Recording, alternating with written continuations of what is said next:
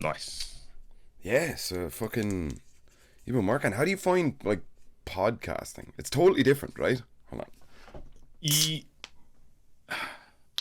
It is. I think so everyone that I asked to jump on, I already had like a topic in mind. I think when you've got a topic, it's a little bit easier. Right. You're having a conversation where you are kind of going in blind, so I'd probably say that's harder. But yeah, I had like one or two questions that I knew I was going to ask. Right. And the rest was just kind of like just ad-libbing and stuff. So it was a little bit easier.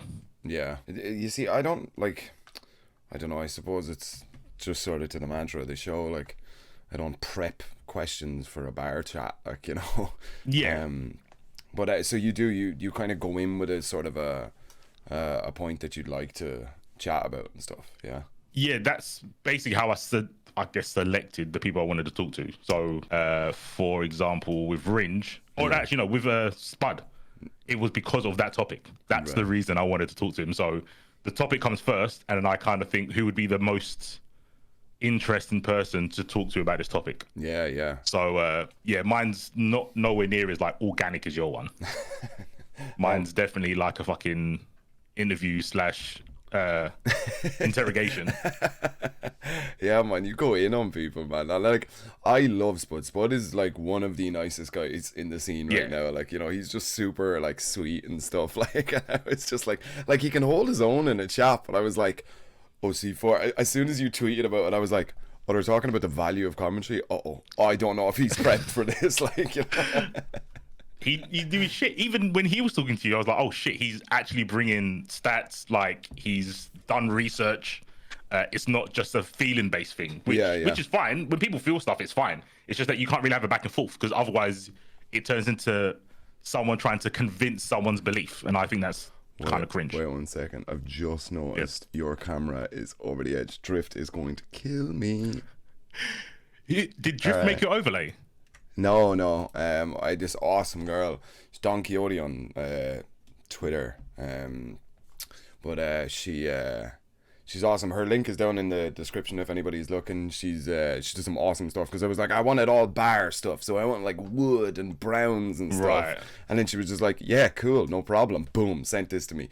Like, there's a load of scenes that we don't use and stuff, like the one shot, and then there's like starting soon, because I had this idea that I was going to do some of them live, but that's not for sick. Yeah, that's not for another bit, because I think with me getting drunk, with everyone getting drunk, really, people can say some shit, like, you know.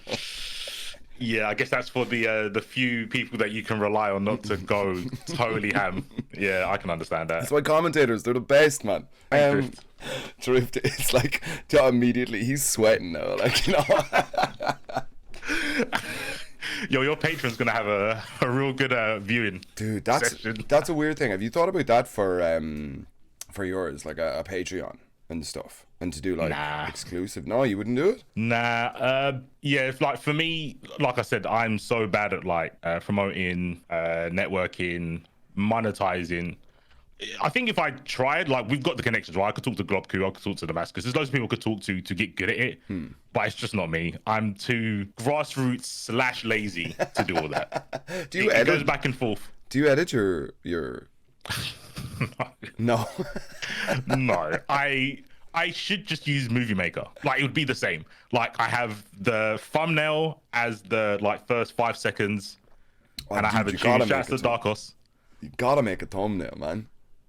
Yeah, I made a thumbnail. I learned that much on Photoshop. Yeah. So I made a thumbnail. I put that at the beginning. I use a track from Darkos Strife, shouts to him, at the beginning.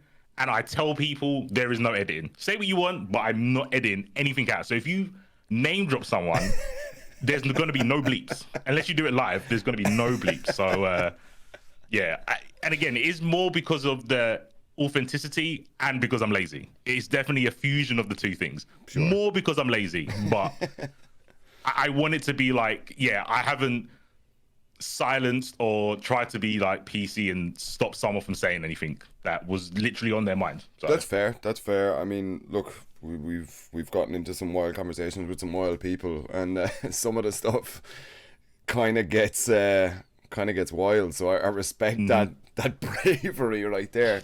And do you do them live and then cut them in, or? I haven't been doing them live. I've been just recording them. Right. But that's more because, so I had a week off work last month, and that's when I got the bulk of them done. I think I did like 7 in a week. Jesus. Oh yeah. I was like, but you don't drink for yours. Like, I was like, Jesus Christ, 7 in a week? How do you do that? Yeah, it was literally because I had a week off work, and obviously a lot of the people I've done it with are from America, so the time zones made it easier to do when I didn't have work in the morning. So I just knocked them out. I think I've got like 1 or 2 more to throw up, but yeah, I'm thinking of a different kind of like format. I'm about the debate blood sports. I think that's my calling, so yeah. I'm gonna lean into that. Yeah, like I can't match your wholesomeness. It can't be done. I can't beat the bar vibe, no matter how much I try, and I think I shine. My unique selling point, my quirk, is being an arsehole. So I need to lean into that more. There's a lot of people that have made a lot of people who are way nastier than you have made an entire career about it. Exactly. You know? So like, I mean, go for it, man. Lean in, like, you know. But like, I think I wouldn't say your shit is being an asshole. I think it's just like that sort of brutal honesty of like, if you don't agree with something, you're going to say, no, that's not right, and this is why it's not right. Like, yeah. I think just as like a buzzword, I think just saying I'm an arsehole or I'm petty and all that sort of stuff is just easier, right? And then it's kind of like the Eminem thing where it's like, well, you can't say it to me because I know that I've already told you about me, right? I've already made fun of myself, right? If you say, oh, why won't you let it go? I say, because I'm petty. That's why. To me, it's not an insult. It's just how I am. But I've definitely, it was from Mix Up, I think, actually, when I came up with this. So I've been trying to, since the last podcast, I've proper put it into action, but I was thinking about it at Mix Up when we spoke. And I've decided I'm going to treat my opinions like my close friends. If I'm going to stand by them, then I should be able to defend them. And if I'm not willing to defend them, I shouldn't stand by them. That's fair. So yeah, like if I see someone who's got a different opinion to me, it's not a case that I want to prove them wrong. I just want to find out the process, because I don't really care about the conclusions. I don't care what people think. I care about why they think it. But questioning people turns into a debate, and then if I pull up things that they're saying is wrong, that's when the kind of like I'm being an arsehole part comes out. I think a lot of people are kind of bubble wrapped, like that they don't have a lot of people that, you know, I don't know if that's 100% true, like, you know, and like they're kind of surrounded by yes people. But I mean, it's easy to kind of pull everybody who agrees with you around close to you, because it's nice to hear, yeah, that is actually right, you know. It's not so nice to hear the other side of it, like. So yeah, I mean, I completely agree with what you're doing, man. Like, kick some ass. I was terrified. I was telling some boys, I went out for a beer last night with some of the guys, and I was explaining, like, you know, and they don't really know esports or the podcasting place, like, or whatever, but I'm explaining, like, C4, he's a good mate, like, or whatever, but he was the first podcast. We only got 2 hours in, and then I was like, all right, I think that's it. Like, you know, everyone was kind of nervous and stuff, like, and then I saw, was it on Twitter or on your stream or something? You were like, yeah, no, I went easy on Sam the first time, and they were like, it might have been on my stream, yeah. But it's because I was trying to match your vibe, but I think in the first one, I was trying to emulate your vibe. And I do that sometimes on commentary. Depending on who I'm commentating, I try to emulate what they're going for. So, for example, I did commentary. Do you know Sharon? No. The commentator. He used to commentate. I think he used to commentate like, or he's big into like League of Legends. He does like a lot of Dragon Ball. He's like the hypest commentator. Then you say he's from Spain. Oh, right. Okay. Yeah. So it's crazy. Oh, and the first time I commentated with him. Yeah. Yeah, he's got a 4 instead of an 8. If you heard his commentary, you know it's Sharon, right? He's super hype. Everyone loves him. Even when he's speaking Spanish and no one understands what he's saying, everyone's just losing their mind, right? So I had to commentate with him once, but I had 2 different slots. The first slot, I was like, bro, I'm just going to get drowned out. Like, nothing's going to land. Anything I say is not going to land because he's too hype. Yeah. So the second time, I just kind of went with him. So he would say some things in Spanish, and then I would kind of like go on with it. He does a lot of the rah, rah, rah, rah, rah. He does a lot of the sound effects, and I just played off of it instead of trying to put myself next to him, because it's just not going to work. He's way too hype. So I think I did that with the first podcast. You have the whole bar vibe. You're super friendly. You're not trying to offend anyone. And yeah, it's not that I feel I did bad in like the podcast was bad. I just felt like I cheated you out of the real C4 experience. Right. I did feel like, because we didn't kind of hit any hot takes, and then even the one about the like what commentators are worth, you kind of had a smile and you were like, no, I see what you mean. And I was like, the last time we actually talked about this, you were like, yeah, no, but to be fair, this is exactly what it should be. And I was like, damn. But look, and just for the record, I was watching back one of the episodes. I can't remember which one it was, but I was talking about, to be fair, I was definitely drunk at this point, but I was talking about, like, I said something like, oh, I grew up poor, so if somebody wants, like, to say shit, they better, like, be able to say it to me, like, you know. And I was like, right, what the hell was I talking about? Like, you know, I mean, you've been unfiltered, right? I mean, there was something there that you had to say and you said it. Dude, Drift up. Shout outs to Drift, man. But he calls me out, dude. Like, you know. But you see, because we both have access to the Twitter. So I'll post a thing being like, hey, really excited to release the new episode or whatever. And then Drift will post a clip and he'll be like, I can't believe Sam just called out Spag like that or something. And it's like, I love Spag so much. And I was like, what the fuck, dude? Like, what are you doing? You're making me look uncool in front of my friends. Like, you know.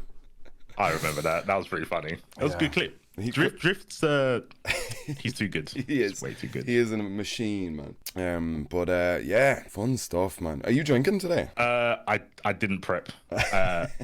I got caught into Twitter, man. Like, since I've been in this whole, like, my friends are as important as my opinions, defend them, blah blah blah.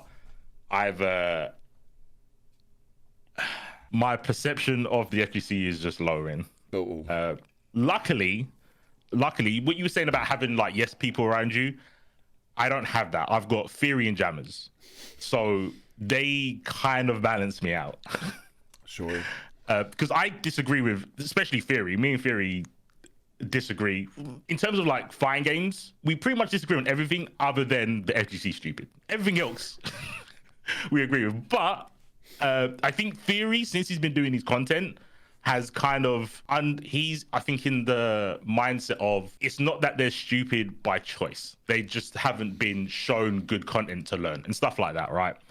Which I get, but I'm not as motherly as Theory. I don't know. Like, I mean, like, the FGC as a whole are not people that, like, live, eat, sleep, breathe fighting games. Like, I would love to be able to give them all. Like, I think this is one of the rare points that we agree on.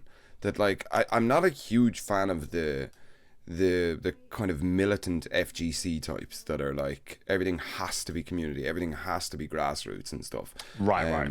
But, like, I don't think, like, that they have this sort of excuse anymore, especially now that esports is pseudo mainstream. Like, you see huge big shows going on. Like, there was that Smash tournament where they brought players up. Lodyssey, shout outs to Gozulting, man, that production team, man, pulling people up from the middle of the floor in the center of fireworks. Like, you know, like, that's what esports looks like, guys. Like, if you like that, you know, that's what we need. Like, huge budgets for shows and stuff. Like, you know, if you keep it the C in the FGC, like, you know, we're gonna be stuck in the, you know, ballroom of some shitty 2-star hotel off the outside of the city and stuff. Like, you know, and look, I'm very biased. Like, the more money that goes into FGC, the more money we make as commentators, as production staff, as all of that sort of stuff. And like, it is a great experience, but nobody ever said, like, Evo sucks. There's too much sponsorship going into Evo. Nobody says that. Like, people are like, Evo, that's the mecca of fighting games. Like, you know, they say that, but they did complain about the adverts last year. They did. I mean, as a spectator, obviously it's quite annoying. As a commentator, having to sit there for like 10 minutes between each commentary slot is also annoying. But the money, I was gonna say the money doesn't come out of nowhere. So it has to come from somewhere. But you have to ask the FGC to do the match arena. So fuck them. Like, just straight up fuck them. I can't. You're right. And it's not just FGC. I think it's people in general. But in the FGC, we drew a massive amount of morons. Like, literally, like 4 or 5 years into match arena, we're still having to tell people to press free buttons to give players free money. Like, that should be a no-brainer. We should not even need to advertise that. Yeah, I don't know. I think is there a sense of entitlement or something that comes with this idea that it started as a community and now it's something bigger, like, you know, that people are like, oh, but we built this from the ground up, we shouldn't have to click 3 buttons to add a free 50 cent to the prize pool. I don't know why people think it's cool to be like Pond Scum, because that's where we are on the totem pole of gaming. We're right at the bottom. Yep. We're the duppies. Like, we are nothing, and people think it's cool to be like that. I'd say before you had the kind of angle that, well, if we go esports, we're going to lose all of our crazy commentary and personality, blah, blah, blah. But that's not actually the case. No, because to say that means that every other esports has no personality. Like, people, commentators, players don't have personality in esports, which isn't true. But you see, the thing is the production teams, like, and I'm not talking about like us, like the commentators, but like the cameramen, the sound guys, the streamers, they are all the same guys that were in it 3-4 years ago. That's how they got this job. Like, it's just the teams got bigger. Like, so now they have 2 cameramen and 3 stream managers, and one guy is just in there to make clips and stuff, like, you know. But it's the same team. These guys were all working for no money 3 years ago, 4 years ago, 5 years ago, or whatever, and it's just the ones that lasted through that are the ones now that are putting on crazy shows and rigging fireworks to blow and stuff, like, you know. I don't know. I think that a lot of people are disillusioned, and like, I love the idea of community events. I think it's great for everybody to get involved and kind of get that sort of tasting board of what esports actually is, like, you know, that sort of competitive vibe. Have one in your own town. That's great, but don't give out that people are making money or there's too much money associated with shows and stuff, like, you know, that's where you're going to drown your own. It's such a stupid idea, like, when people are, you know, it's the same guys that are shit talking like big European shows are the guys to be like, oh, I wish I could go to Evo. And you're like, dude, that's the biggest, like, the money involved in that is insane, like in like 7 digits, like crazy money. I mean, I always, again, like when we was talking, right, the conclusion doesn't bother me, it's how they get there. And I always think, okay, what could I have experienced to get me to that conclusion? I like to try and put myself in the position of other people to go, well, this is what I need to show them is wrong for me to change their conclusion, right? I can't just say to a flat earther, the earth is round. I need to show them why the earth is round. Fair, right? Fair. And I think with a lot of people, I think most people don't even know how they got to the conclusion. It might be hearsay. It could be their favorite, you know, streamer or whatever. And in terms of things that are good for like the players in the FGC, they don't do them. Like we said, right, Match Arena, that's like a number one. I think I know me personally, I prefer things like invitationals. I like invitational tournaments. When I watch a game, I guess it's the like elitist to be. I want to see it at the top level. I want to see it at the highest level. I'm not really interested in pools, sorry, I guess, but they don't really. If my mate's in pools, cool, I'll watch pools. But for the most part, I'm not really interested in pools, mainly because they're seeded. It's not interesting to me. You've already tried to design an outcome, so miss me with that. That's not entertaining. But I think I do round robins, and I think that is beneficial, especially for newer players, because they don't lose 2 matches and have to go home. They have to play everyone, so you get more experience. But I don't have class, so no one turns up and no one watches. But it's better for players. Round robin's way better than first to 2 or double elim. Sure. But that's not what's cool, right? It's not got the clout. Double elim is tournament standards, blah blah blah. It's hard to follow as well for a spectator. Like if you don't know fighting games and you don't understand the difference between double elim and round robin, and you're just watching the game for the game, and then you find a player you like or whatever, it's almost difficult to have that win-loss, and everyone pulls up that stupid chart. The chart sucks, man.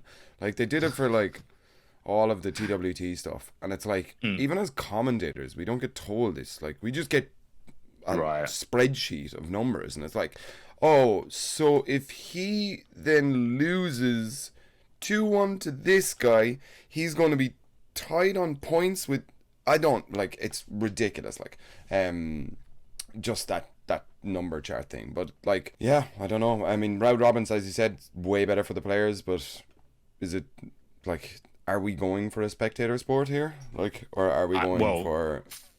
From what I've heard everyone else talk about, that's all that matters, spectators. Every conversation I've had, whether it be like commentating, whether it be with like streaming, like production side, it's about getting people to watch, right? I think what you were saying about the numbers and stuff, I think obviously that's not entertaining, but it's the commentator's job to be like, they need to win one game out of this first to 3 set to qualify. You can make it interesting that way. That's kind of like what we're meant to do, right? Sure, the numbers on the screen, it's just going to make your eyes glaze over. I totally understand that.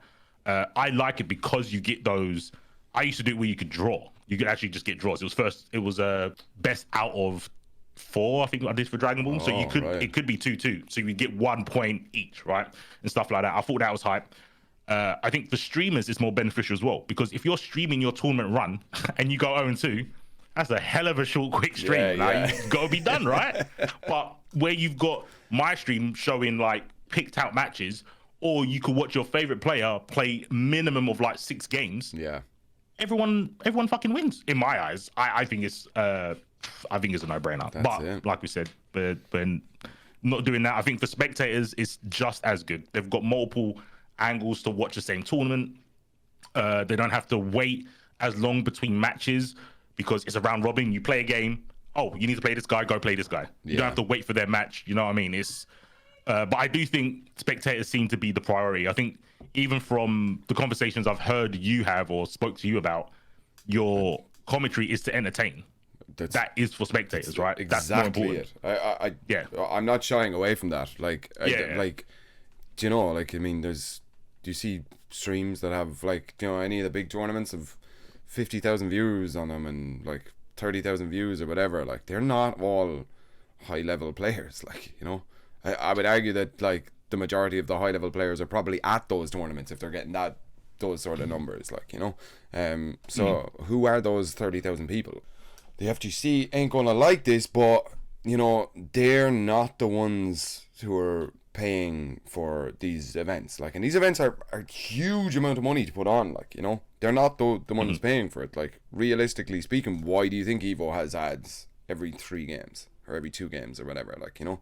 It's to pay for all that you see, the big spectacle of Evo or, you know, UFA or any of these kind of big shows and stuff. Like, you know, everyone has to get paid. Like, you know, fighting games are for spectators. Like, you know, any esport has to be for spectators. That's why the idea of a stage is a thing. Like, you know, they're on the main stage. Why, if it was for the players, would they not just have them playing in a room together where they're most comfortable? Like, it's a stage, it's big, it's lights, it's fireworks and that sort of shit. Like, you know, it's a show. Like, you know, it's for people watching. Like, I agree. I think my commentary, I'm not sure what I prioritize more. It's hard, obviously, because when we do commentary, right, we're not told, oh, I want you to address players or address casuals or address people that don't know what a fighting game is, right, to kind of construct how we're going to talk on stream. But talking to, I think the conversation you had with Jammers, he was kind of in the middle. Bless him. Trust me, in the WhatsApp group, he doesn't sit on the fence. He's got no splinters in his ass, bro. He will come down and tell you exactly what he's thinking. But he kind of did what I did on the first podcast. He lowballed a couple of them. But I think when I was speaking to Ringe as well, he was like, nah, I focus more on the players and from what I remember, it was because the players kind of validate his strength as a good commentator. Like, if you commentate and a casual says you're a good commentator, it kind of is kind of whatever, right? It's humbling and it's nice to hear. But if a top player rates your commentary, it's a lot different, right? Because they can critique your commentary way better because they know the intricate details. I think that's kind of where he was coming from. And I'm not sure what to me is more important. I've had this like talk with a lot of people, a lot of like commentators as well and stuff, and like, you know, the thing is, top players already own the game. They're going to play out whether your commentary is good or bad. Like, you know, it's the 40% of people who are watching who have never seen Dragon Ball before, and they're like, Jesus man, this game is exciting as hell. I might just head up and buy this game. So would you say your goal in commentary is to get people to play the game or buy the game? Of course, absolutely, 100%. But like, from the like absolute noob level, and I still slip into it, like the notations. Like I hate notations, like, because, you know, I didn't know what a 6K was for a long time, man. Like, what the hell is 6? Where's the K button on my controller? I don't have a 6 on that, like, you know. But like, if you say like, you know, smash, or like any of these like big words that everybody understands, like punch, like uppercut, like drop kick, these words, they carry so much more emotional weight that if I'm watching a League of Legends stream, like, and I know very little about League of Legends, I am with, if somebody says there's an explosion coming, I'm like, brilliant. I don't care what he's just bought to boost the 0.2% of the tick damage on the explosion. I want the explosion, like, you know, and that makes me invested in this, like, you know. Yeah, like, to me, another thing I've been trying to do, pretty stupid to do on Twitter, but I've been trying, these conversations I've been having, I think it's important to establish what the person's goal is, because that also can direct what conclusion they come to, right? So you're saying that getting people to play the game and buy the game is your job when you commentate. So that makes perfect sense with everything you're talking about in terms of like being entertaining over analytical stuff, because analytical stuff doesn't get people to buy games. It probably makes them fucking fall asleep. Where when I commentate, I would say my goal is to represent what's being done on screen, on the screen, as difficult. Fair. Or to like present the skill of the players and the skill needed to play fighting games. So our goal is different when we're commentating, but that's why we come to different things. Now, if I had the same goal as you, if I wanted people to buy the games, you would never hear me say a notation. You'd never fucking hear it. Yeah. Why would I ever say, I wouldn't even say quarter circle forward. There would be no fucking point. Of course. So I totally understand why you have your mindset on what's important with commentary from your goal. It makes perfect sense. So we can disagree, but I totally understand, because the reason you got there makes perfect sense to me. It's absolutely logical. So, but like, there's also like two, like, if we break them off into two categories, there's the play-by-play and the color, like, you know, and that's why that they're like your style and my style, like that. Like, anybody who has already played the game and thinking about getting into competitive and, like, you know, like pushing into the esports side of it or whatever, you're their guy. Like, they're not listening to me, they're waiting to see, but why then did he like do that move? And that's your job there. Whereas I think it's just different levels, like, you know. I cater for the 10%, you cater for the 90%. Nah, so you not even. You get paid more than me. That's all right. It's cool. It's totally fine. I was about to tell a story. It was like, I'll tell you after. No, I think that there's what, 10%, not even 10% are the top players. Like, they're the guys that we all know their names. Like, you know, their names kind of transcend games or whatever. They don't care. Like, they're, like, realistically speaking, they're watching the commentary to hear their name. Like, that's kind of it. Or, like, you know, did that commentator catch what I did just there? Like, you know, I think a lot of people underneath that are like really trying to watch their games and get better, they will pay attention to analytical breakdowns of what they did and trying to look at where they went wrong and that sort of stuff. But I think that, like, the bottom 99% of things is almost split. Like, because you can have a total casual that has already kind of gotten into a game competitively and understands what it takes, and even if they don't understand the moves, they'll be listening to you for the mindset into what goes into it. I'm just to get them. I'm flipping the sign to your shop, basically. Is like, I'm like, everyone needs to come in. There's a special offer on this thing, like, you know, and then you come in and tell them why they need to buy this thing, like, you know. Yeah, I mean, that is fair. I mean, I might come outside with you and start fucking spinning signs around, because the more I talk to top players, the more I'm convinced they're morons. So I don't want to blame Twitter for the. I think it's easy to blame the internet or Twitter for someone's bad take, but that's a person chose to type that. They decided. There was intent. So I'm gonna stop blaming the internet or the culture of like new gens, whatever. I'm gonna start saying people are morons, asking for not like evidence, just a reason. Give me a good, logical reason on Twitter. I don't think Twitter should stop you from doing that. Fair. So yeah, I've just gone. Yeah, I've lost all my patience. Yeah, I just can't. You've been going in. You've been going in, man. I see you. I see you on your Twitter, bro. Right. Okay. Like, so, I wouldn't ever really go into the show more replies, right? Like, do you know, like when it says show more replies, like that. Usually at that point, my attention span is just like, I'm just on to the next comment. With your tweets, dude, I'm clicking that like 3 or 4 times. I'm like, no way, what did he just say? Oh, dude, like, you got clickbait, but like in a totally natural way. Like you clickbait me into your arguments, and I'm like, nah, though, C4 isn't gonna like that, though. I feel so when I tweet, I always have like a feedback from it. So I'll tweet it. I won't ever like go, oh, I shouldn't have said that, because I really do. After like the first 2 tweets, I'm very intentional with what I say. So if I'm being an arsehole, it's because you were being pretentious or you was being sly about what you were saying, right? You put an LOL when you didn't need to put an LOL. I was like, cool, I'm not gonna match your energy, I'm gonna beat you to it, because I'm not losing this, right? So that's how I kind of do things. But then I get the feedback afterwards, and like, if I was watching this, I look like a lolcow, and I'm cool with that. I don't mind being laughed at. It doesn't bother me. So a lot of my tweets, I will make the point, make sure it's crystal clear, and then I'll be being an arsehole. Yeah, like, I'll just be an arsehole. Mud, like, you know. Yeah, 100%. 100%. Can I say the C word? I would imagine so. Okay, cool. If not, Drift, do your magic.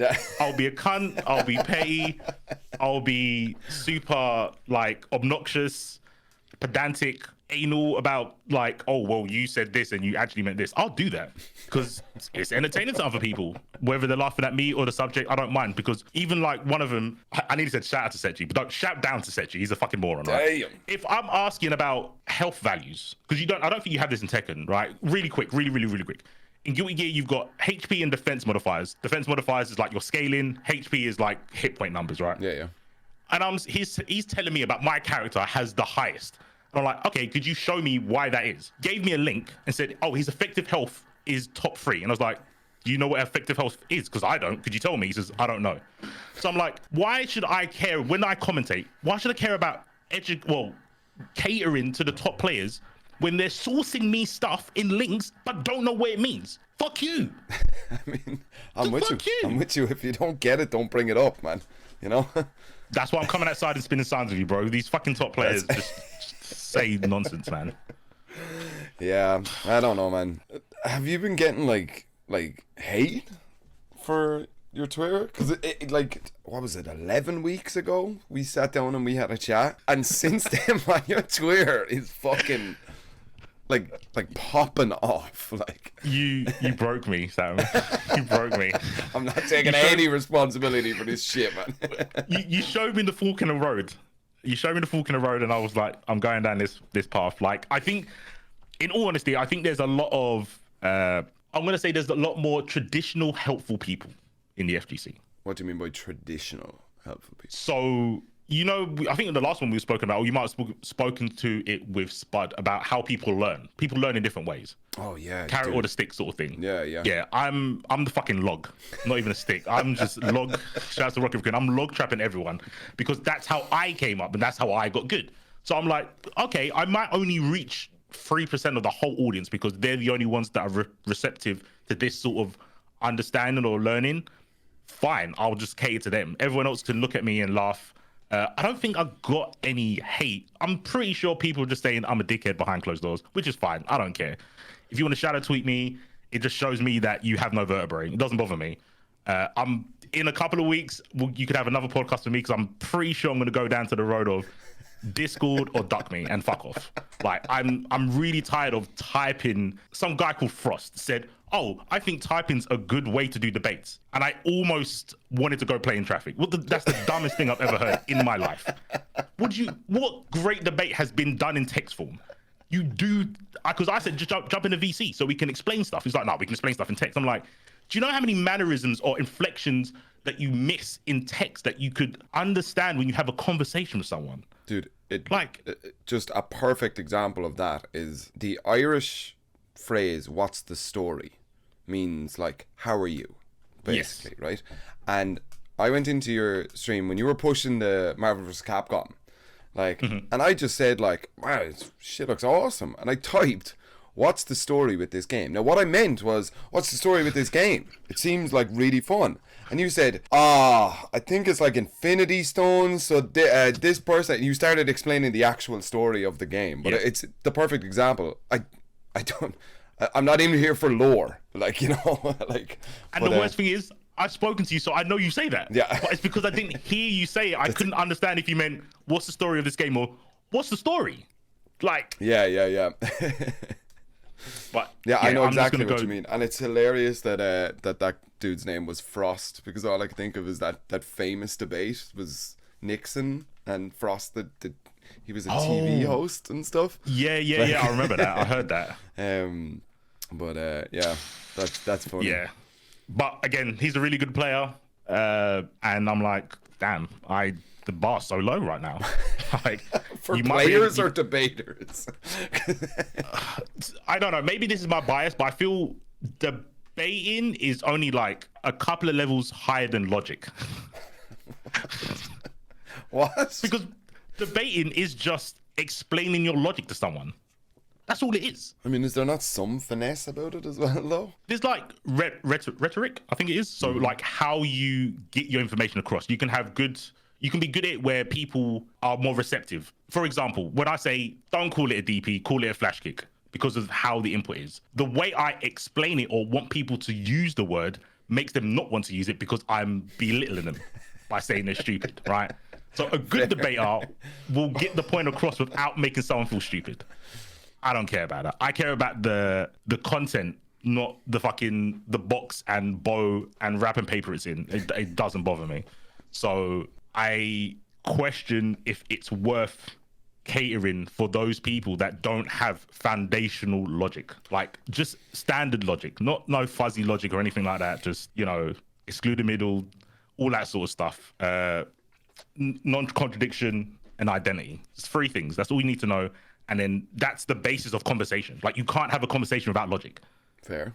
Like, it's so fundamental to being a human. And I feel debating is only 2 levels above it, because debating is just presenting your logic. And if you don't have the debating bit, I question your logic. So when I'm explaining something, like, even like, when people use like RPS, I hate it. That word has almost lost meaning because people put in so many situations that aren't RPS. What's RPS? Sorry. Rock, paper, scissors. Oh, okay. You might, right. Do you say that in Tekken? I don't know if you have that in Tekken. Not really, no. Right, so it's meant to be like the whole... Yeah, this beats that, but then that beats that, and you have to, Yeah, people use it in situations where it's like mix. Right. Like block stun mix.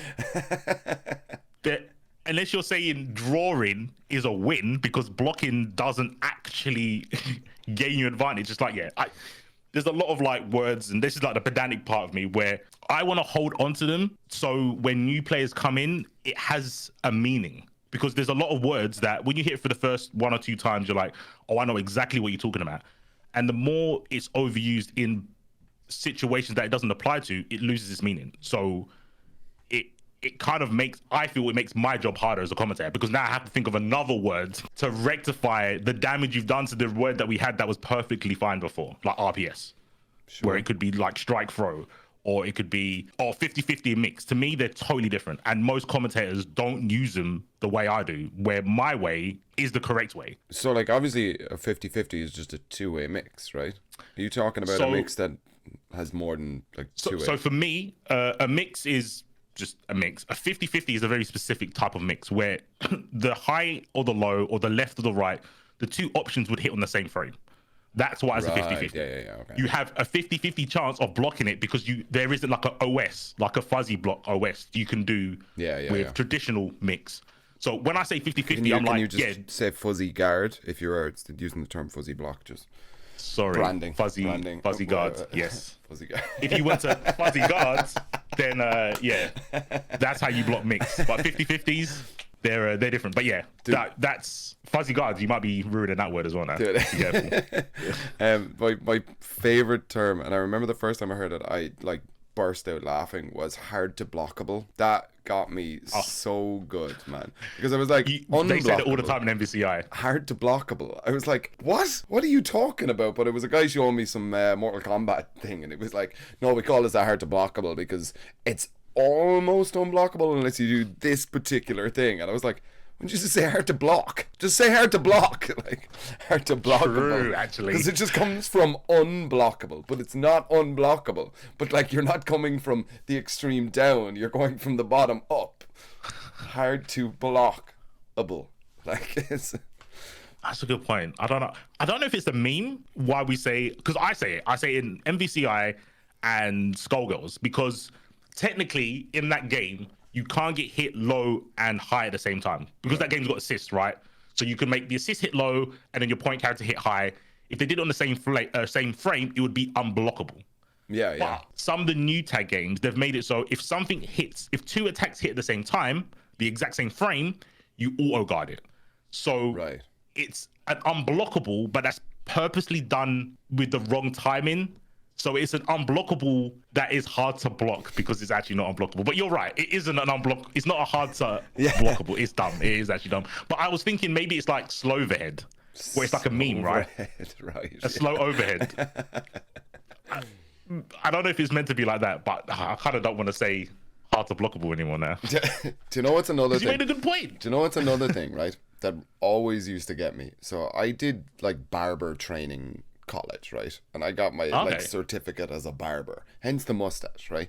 But the thing that the dude was like, my lecturer was talking about, and he said beard rough, right? He was like, oh, so beard rough is a normal thing that a lot of people get, like, or whatever. And I was like, sorry, are we just saying beard rough now? And he was like, yeah, it's dandruff that comes from your beard, right? Everybody knew what I was talking about. But dandruff doesn't come from your dand. What's your dand? What's your dand? Because I would get it if it was head druff, and then you have head druff or hair druff, and then beard druff. But what's your dand? Where does the word dand come from? Beard druff. Stop. You know what that? Stop teaching kids that. Like, you know. You are just me. You are deep down. You have an essence of fuck everyone for being so stupid. That's what that is. I really don't like stupid people. I cannot tolerate stupid people. And I learned this from my little brother. That my little brother, like, he went down the traditional education route. So he did, like, you know, studied in school or whatever, went to college, did really well in college. He got sent over to China and stuff, like, but like, dude is like crazy smart, right? But he has this like threshold that it's like, it's kind of very similar to the way you have that. If you can kind of hold your argument, even if like you don't have all of the points 100% fleshed out, this is what you think, but you're willing to kind of say, no, but this is what I think. And like, not an argument as in like argument, but like you're willing to argue your point. He's like, cool, I understand. Like you're misinformed or you don't actually understand it fully, but I'm here and I'm about to explain this to you. Like, or, you know, my mind might be changed, but he's like, people that just have arguments because other people have arguments, he doesn't talk to them. And like, I was like, that's like some genius level shit. Like, you know, that like, if somebody just comes out with some absolute, just like crazy stuff, you know, just, I think that this is the way, Ben will not engage with them. He's just like, nope. It's not worth his energy to even like start the conversation with this person. Like, I can't do that, man. I think that's like very sound advice, and I've heard people say that to me all the time. It's like, why are you bothering after like tweet number 4. Like, you're just being an idiot. But ever since, this is slightly deep, but less deep near the end. So since I've had my little girl, I was thinking, what can I do to make her life better? Because for the most part, life's pretty shit at most points, right? So bringing her into the world, I'm like, damn, was it better to not exist or to exist on this planet that we're fucking up, right? That's the deep bit. We'll move away from the deep bit. So I came out of that abyss of fucking negativity. I was like, okay, you know what I can start doing, right? I can start pushing back on dumb people, because my little girl has to live with this next generation. If they're fucking morons and I could have done something, I'm gonna feel bad. I've not done my job. So now I literally cannot ignore stupidity. And I think I'm definitely with you with that. I hate stupid people, but I'm starting to hate stupid people that think they're smart more. I think they're a little bit more dangerous. Definitely. I think they're a little bit more dangerous, and because the confidence can supersede the stupidity they say, right? They're the dangerous ones. They are like intellect terrorists, and even if I can't win the battle, I will like fight, push it back. If people are laughing at me, that's fine, but at least I try to stop it, because at some point I feel if you're not part of the solution, you're leaning towards being part of the problem. In this, not in every situation, but in this situation, when it's just easy to just message back, I have to do it. Like you said, I have to roll in the mud because no one else is willing to. I mean, someone has to be the street cleaner. Someone has to do it. Fair. I don't agree that everything has two sides, though. I don't that fucking, if you're not with me, you're against me. Like I'm not on that vein. I'm not. Like, you know. Normally, I'm also not. Honestly, like I think this is the only situation where I've applied this, because when I've heard in other situations, right, like with racism, it's like, no, some people just want to live their life. They're not racist and they just want to live their life, but they don't have to go out and like get their phone out and record people being racist and have to like have a sit down with them to tell them not to be racist. That stuff I don't agree with. But in this situation, I think it's because a lot of people moan about it. I feel, well, if I'm going to moan about it, I should have enough umph in me to try and stop it. Sure. I mean, and if people's you're nailing your flag, like you're sticking your flag down where everyone can see it. Like, I mean, if you're saying like, this character is shit, back it up. Like, you know, tell me why. Like, even if I don't agree with you, I suppose, damn man, I am you, because I was like, I want to know why. Like, you know, I'm never going to agree with you because I like understand this, but you could say something that might change my mind or veer me into the other lane or something. Like, damn it, dude, I need to get an Ash Ketchum snapback now. Just get some red paint and then you're halfway there with that one. It's all right. But, honestly, a lot of the stuff I've been doing is just understanding. It definitely looks like I'm trying to convince people, but I honestly don't want that. I hate being surrounded by yes people. It's like my greatest fear. I don't want that. I hated to agree with that, but I was like, yes. Yeah. Okay, this is the only time you can say yes. This is the only time. Everything else you have to say no to. But being surrounded by yes people all the time, I think will diminish my, not even intelligence, my logic. Because I won't have anyone to, it's the whole like, you need a stone to sharpen a sword and shit like that, right? If people keep agreeing with me, I can't sharpen my logic, which is like, it's a muscle, right? Your brain's a muscle. Sure. If I don't come up against obstacles to make me think, oh, maybe I was wrong with that, it can't get stronger. Prime example, obviously people didn't see this, but me with you at Mix Up, where I had a fucking 10 to Spartan numbers of people telling me why I was wrong, right? But I fucking stood there and took it, like, because I needed to. It wasn't a case of, oh, all these people think I'm wrong, I must be wrong. It's like, let me listen to what every person's saying to see what I can draw out of it to either strengthen my position or to fucking get rid of it, because I don't want to believe incorrect things. I don't want to do that. I don't think anyone does. So no, absolutely. Yeah, it is a case of more, I want to understand. But on Twitter, I just said I'm not going to blame Twitter. Me personally, I can't present myself in a way that's like Winnie the Pooh happy. I just want to hear your opinion. Like, I'm going to be like, you sure about that one, dude? Like, explain it. Show me the fucking workings out. So yeah. And is that where the kind of podcast vibe comes from? Like the castle stuff, that you have somebody that, you know, you kind of touched on it, that you have a topic, but you pick people who disagree with you. Like, is that where that comes from? That super long form, say what you want, explain your point absolutely to its fullest. Like, yep, yeah, that's definitely the kind of thing I want to do. At the moment, I fell into talking with people that I mostly agree with. Sure. So I honestly, at the moment, the Spud one is the goal. I want to have ones with other people that I had with Spud. That's what I want to do, because we disagree from the get-go.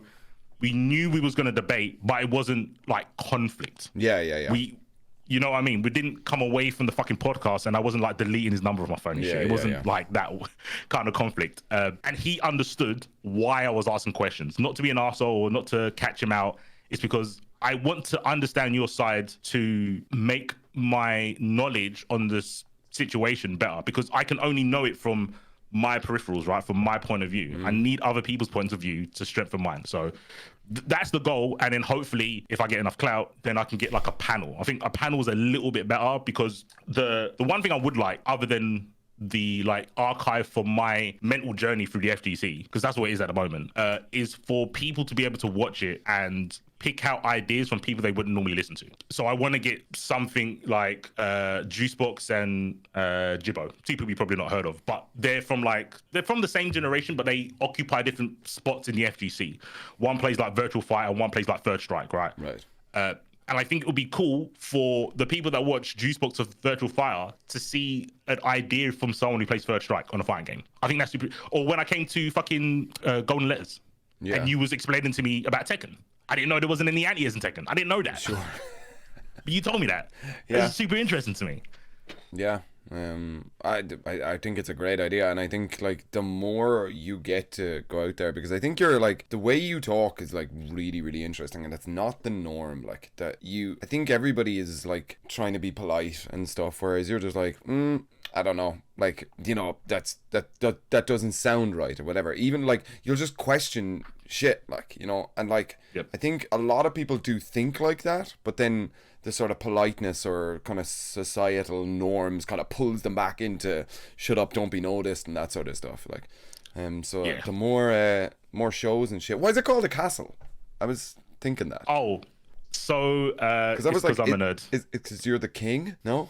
Oh shit! I didn't think it would seem that arrogant, but it's that was the first thing that came to my head. I was like, damn, man, the subjects go into the castle to fight the king. Let's go, dude. Fuck. Oh, I might have fucked up. So I thought it was a genius title, and so let me go backwards. So the panel I want to do is called the Baxter Building. Okay. Which is the place the Fantastic Four live in Marvel. That's cool. That's cool. So I wanted 4 people on the panel, me and 3 other people. Nice. The castle is because I wanted frank conversations. Frank Castle is the Punisher in Marvel. Damn. Yeah, I've got a little Punisher logo on there as well, but I didn't think about the king and the ego thing. That looks way more like what I went for, right? Fuck. No, man, I think it's cool. I just didn't understand it when I saw it first. I was like, you know, when episode 1 came out, I was like, oh, cool. Why is it called The Castle? I was like... Then, like, you know, that was the first thing that you're really good at arguing. So you're like the king of arguing or something. I don't know. Yeah, it was meant to be like me and my autistic brain thought, oh, the Frank podcast, because I'm being frank with people. Let me just change the word Frank to Castle, because it was... That's good. Now that you've explained it, I like it. Oh shit, maybe I need an intro to explain why it's called The Castle every time, just so people don't think I've got that big of a like ego. I've got one, but it's not that big. I'm not saying, yes, welcome to my castle, talk to me, you peasant. Like, it's not that, I swear.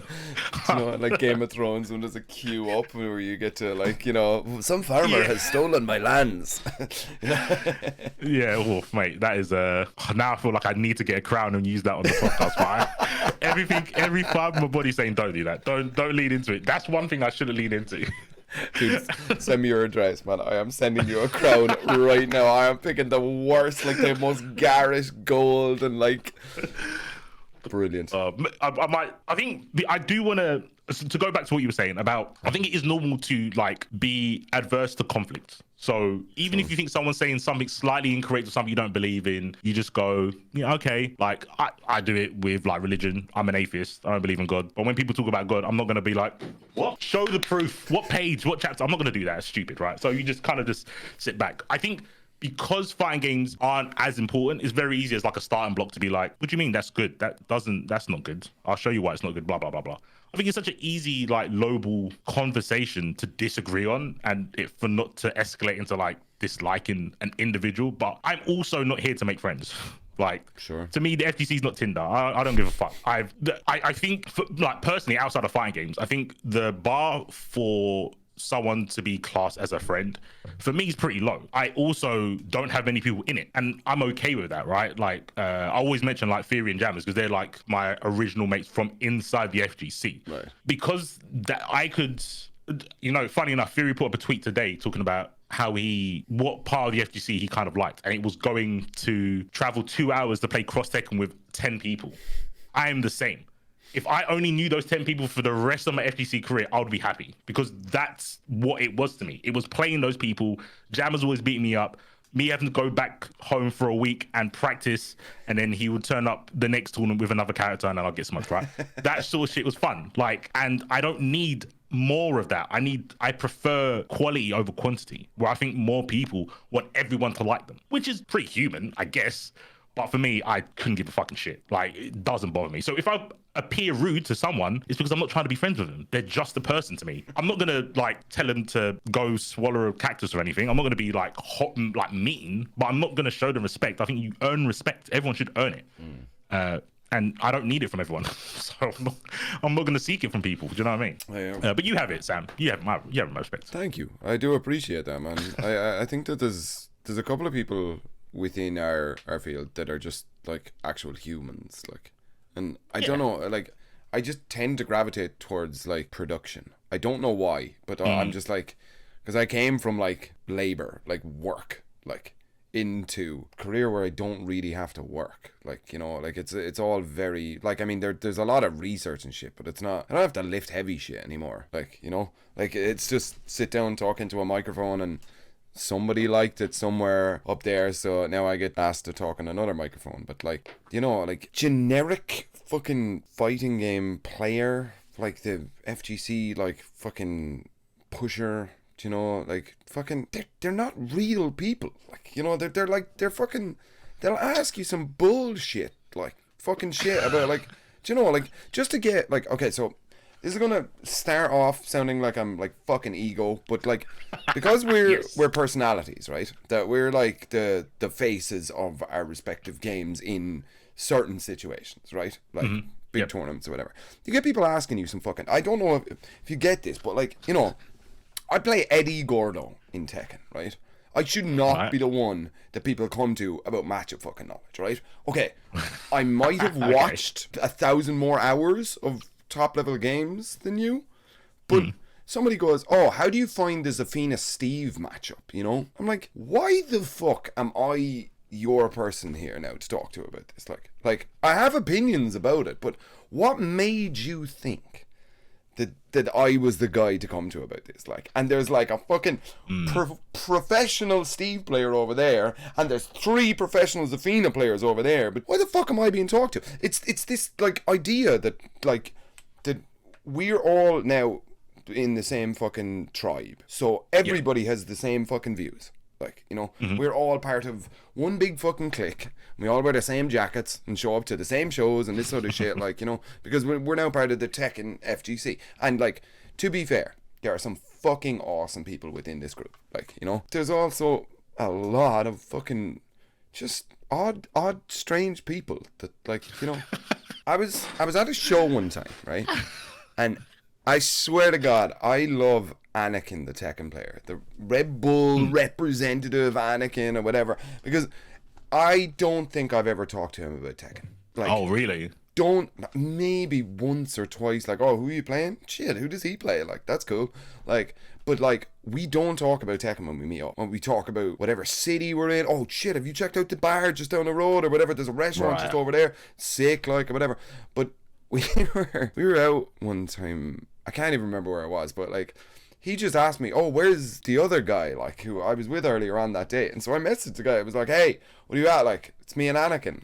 He texted back like, oh, you guys playing Tekken? We were like, no.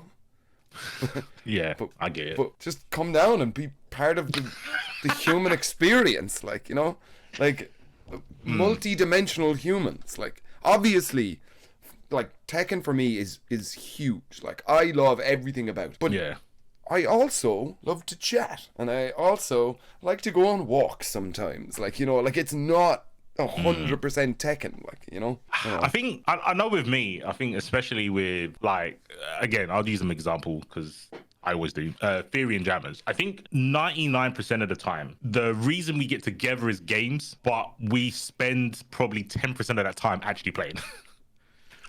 But it will be a case of, oh, do you want to come play X or Cross Tekken or something like that, right? Do you want to play this game? Oh, Street Fighter 5 just dropped. Let's all come to my house, we'll have a session. We'll literally be like, yeah, we're going to fucking play until like 2 o'clock in the morning. We'll play for like half an hour, go for a smoke, and never fucking play for the rest of the day. Like, it always fucking happens. Yeah. Always happens. So I get what you're saying. I think most of the time we do talk about games, but I guess like what happened with this conversation a couple of times, it goes past games because it's such a small aspect of someone's life. Yeah.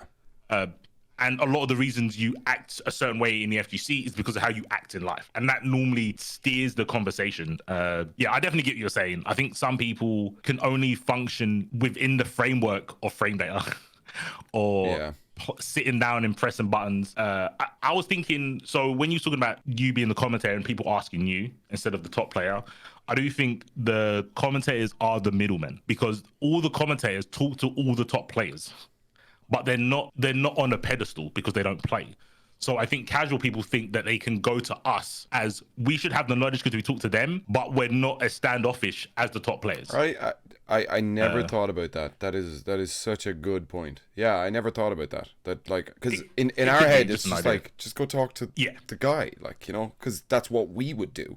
If I have a question about some shit, I'm just like, oh hey, what the hell was that earlier on? Like when this happened, and it's usually just this is what you need to do in that situation. I'm like, okay, cool, thank you. Like, Jesus, I think the next level of that conversation is, do you think that top player would talk to you if he wasn't a commentator? Ooh, depends on the player. There are some players that achieved success or money or fame from the industry, and I don't know, can you tell?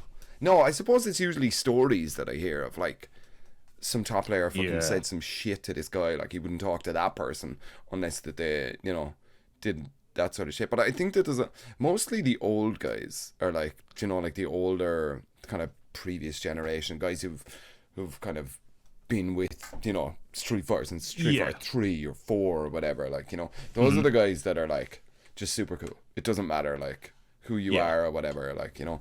I think a lot of maybe because Tekken is kind of this warped thing that it was such an undergroundy, like it was always second fiddle to Street Fighter for so long that like if you were picking a game for fame or fortune or whatever, you would pick Street Fighter because it was on top the entire way through. And then with 7 and 5 it kind of switched a little bit.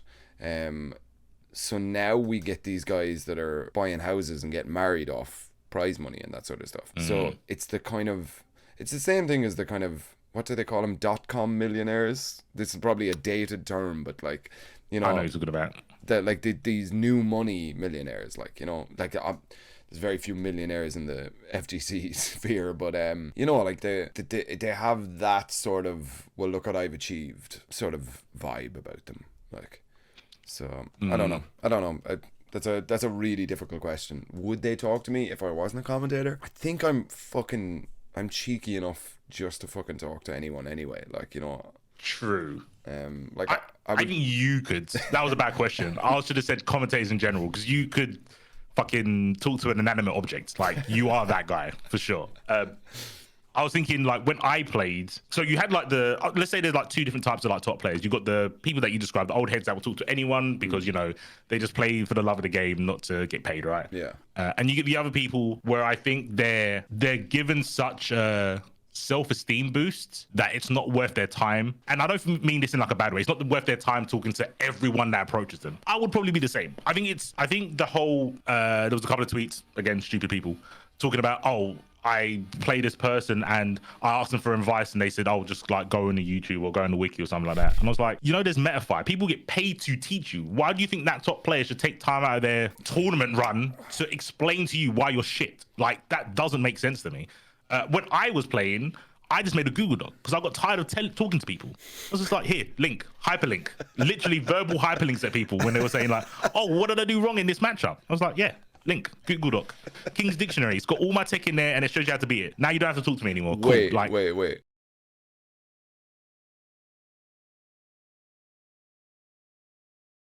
Dude, this Frank Castle bollocks that you're pulling sounds a bit sus, right?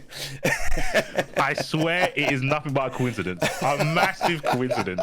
My character was a king in Guilty Gear and he had a book. So I had to call it the King's. But the pun, the exclamation mark to get it on my stream is called King Dick. That's why it was funny. That it was a long con, so I called it the King's Dictionary just so I could say King Dick. Sounds like this whole royalty fucking narcissism stuff going on, bro. Like, you look, I'm with you, man. I'm your boy. The character I'm playing Dragon Ball is a prince, so yeah, there might be something there. I can't lie. Maybe I'm denying my roots. My ego is trying to express itself through my characters. Shit. Oh man, that's funny. Yeah, I don't know, man. Fucking yeah, there's some people that are just weird. Like, and I mean that like I suppose I kind of picked on the fucking the weird guy who shows up and, you know, just acts real weird and then, you know, comes out and asks me about some matchup that I've never played before and stuff, like. But it's also weird top players, dude. Like, you know, like, yeah, I think it's weird to imagine that you're above anybody. Like, you know, especially when we all play a fighting game, which, you know, we're pawn scum of esports. Like, you know, we're not celebrities. Like, you know, like this is not it. Like, you know, this is not the ceiling. Like, you know, there are people that like from esports can't do shopping. Like, you know, like, yeah, like that's the difference that we have here. Like, you know, but people kind of have this air about them. You know, that's fucking weird, dude. Don't show up like Do you not think that some people? Oh, shit, this is a tricky one. I feel like I should be doing this on my podcast with you, but I'm gonna ask it anyway. You can say no comment. Don't you think, in terms of the fighting game community, do you not think that some people are more important than others, though? Important is the word there that I'm not 100% getting. What do you mean by important? Bring more value to the community. To the community, yeah, of course. Like, tournament organizers will bring a lot more value to the community than the people who watch it on, like, just watch that tournament on Twitch. Of course, that's it's not an even playing field. Like, you know. Okay. Yeah, because when you're talking about people like walking around with their chest puffed up, it's because compared to everyone else, they are more important. That's what I'm thinking. Maybe that's why they do it. I mean, maybe, but like, I think that once it affects your personality, that's where you need to kind of check yourself, and that's where I would then immediately say, like, where are your friends? Like, where are your friends that aren't in the fucking fighting game scene? To like be like, who? What did you say to that guy? Sit down, will you? Like, you know. Like, and okay, we need those people, like, you know, in every aspect of life, you know, just to kind of knock you in and make you kind of think clearly and stuff. Yeah, I would say, I could be wrong. This is my assumption, and it's based off of diddly squat, so I could be totally wrong. I feel the majority of people have a persona in FGC. Mm-hmm. So I know, so I feel my personality is the same in anything I do. When I was like doing like dancing or whatever, when I was learning music, my attitude is the same, but the tone I spoke in or the things I would verbalize were way different. With fighting games, I'm normally super confident in what I'm saying, so I'll say it like more assertively. Where in other things, if I'm like learning a new hobby or whatever, I'll say I want to start building PCs, so I go and like Reddit on a PC building Reddit. I'm going to be a lot more like humble and like asking questions. I wouldn't have my chest puffed out because I know the fighting game knowledge doesn't translate over here. So I'm thinking most people do that, but I could be wrong. I feel a lot of people in FGC have that persona in the FGC, but not anywhere else, not in their real life or in like at their job or anything like that, where they're, I don't know, cleaning toilets at McDonald's or something. They're not going to be walking around like that person who does that could be an Evo champion. right? But they're not gonna have that presence of an Evo champion when they're in McDonald's. You know what I'm saying? Yeah. Or do you disagree? Maybe some people you think that they're always like that. I don't know. I think there are people, and it's this sort of newfound fame or success or whatever. Like, you know, like, I mean, if we're standing at a show and some dude is a fan of Strive or whatever, and he comes up and he asks you some really weird and obscure question, like out of the blue, you don't know this guy, you don't know who he is, like he just said, hey C4, listen, what about this now? And it's like it's a complex topic or whatever. Do you blow him off, or do you say, oh, that's actually really cool, like, or you'll say, hey Sam, give me like 2 minutes, I'm just gonna go deep on this guy, or like pause. Drift. There you go, there's a Twitter moment. You know where to make the cut. My bad, I'm an idiot, sorry. But like, what do you do in that situation? Like of course you don't just fucking, hey plebeian, get the fuck away from me, I don't know you, you've asked a stupid question. You don't do that, like, you know. Wait. Is it a stupid question? In a hypothetical, is it a stupid question? Yes, or is it like I think it's better if it is. Cares? I think it is better if it's a stupid question. Like something like, oh, how does the health bars work in the game? Like, you know, like. Okay. So. But let's say if they mention you by name, right? They say, hey C4, I just had a question about fucking what's going on there, and you're like, yeah, what's up? Like, how do the health bars work? Like, you know, I don't want to dodge the question. I think it's actually an interesting question. I'm not going to dodge it. So before, I would just placate, and, you know, I'll do the typical thing where like, oh, well, this means this and this means that. You got any other questions? I'll be happy to help you. Follow me on Twitter and I'll give you the answers. See you later, right? And then I will talk to my friends. Networking, bro. Bro, I'm the worst, I swear. This is what I would do, but I don't want to do that now. Because what I'll do after I've done that like whole like smiley face presenting myself, I'll talk shit behind their back. I'll be like, that guy's a moron. Why is he here? He doesn't know how to play the game. He didn't do the tutorial mode. Like, he's an idiot. Wasting my time asking me stupid questions. Shit. That's what I would have said. I'm not gonna lie. But I think from now on, I'm literally just gonna say I'm not the guy to ask. See, that's fair. Like I understand that. Like that makes a lot of sense. That even if like you're fucking in a rush or you're in a bad mood or whatever, that answer kind of covers everything. I think it depends on how you say it and like what you say after. So if you just say, I'm not the guy to ask. Fucking this kid, man. Like, you know, whereas if you say, I'm not the dude to ask, but fucking dude is over there. Dude, he's super knowledgeable about that particular thing. Like, you know? Yeah, I hope that I have enough self-control to do the latter. Because I hate it when people ask me for photos. Fucking hate it. I despise it. So normally what happens is someone will ask me for photos and gritted teeth, I'll just go, yeah. And then everyone who knows that I don't like photos will stand around laughing at me as I take this photo. So it's the best. I need to figure out a way to decline photos, but I don't know the art form. I don't know how you can. I don't want to make an excuse. Can you? Other than just being blunt and saying no. Like, yeah, but what do I say? But then that guy goes tells all of his friends, yo, I met C4, dude. He's a dick. like there's no nice way. Right? There's no nice way to decline. Like, hey C4, will you sign my fight stick? No. Yeah, I gotta head out. Like, I did it once, man, and it was so awkward. So I signed someone. So they had like an art book of Guilty Gear. Nice. And this was hype spotting. I think second to last, like high spotting was done. And I got to top 8, and the guy was getting all the top 8 players to sign the character they used. That's good. So I signed the Leo one. Obviously, Jammer saw it, and he goes onto it to this day. I've signed fucking my autograph and shit, and I've never lived it down. And I think that was the moment where I was like, I don't want anyone to look up to me. I think this is like, it makes me shiver.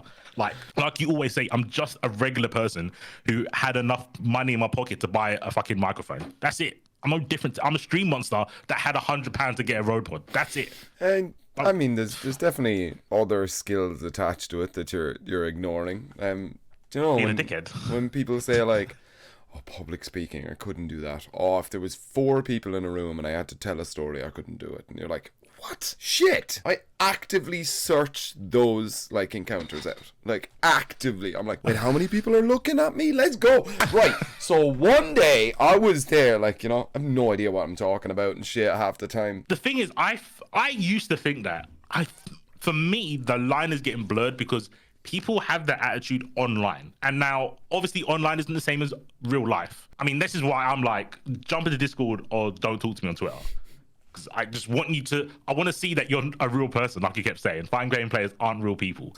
I don't want to get caught by, was it Chat PT? Like, I don't want to get caught by some AI program talking to me. I want to hear, I don't want it to be TTS. I want to hear an actual human voice when we're discussing this, because I feel that should translate. I think if you're brave enough to tweet something in public, you should be brave enough to say the thing that you tweeted. I agree. I don't know. Yeah. Maybe it doesn't work out that way, because like people were saying, it's different, right? That's why people's keyboard warrior term, right? That's where it came from. People would be a lot braver when they're typing instead of being somewhere in real life. So yeah. I think it's the situation as well. Like, you know, there we go. Patreon. Oh wait, oh, he always gives out to me. Remember, like and share the video on YouTube or Spotify or something. There's another thing that you do on Spotify. I can't remember. Is it rate or something? I can't remember. He keeps giving out to me for it. So do all of the internet things that make us happy or something. I don't know.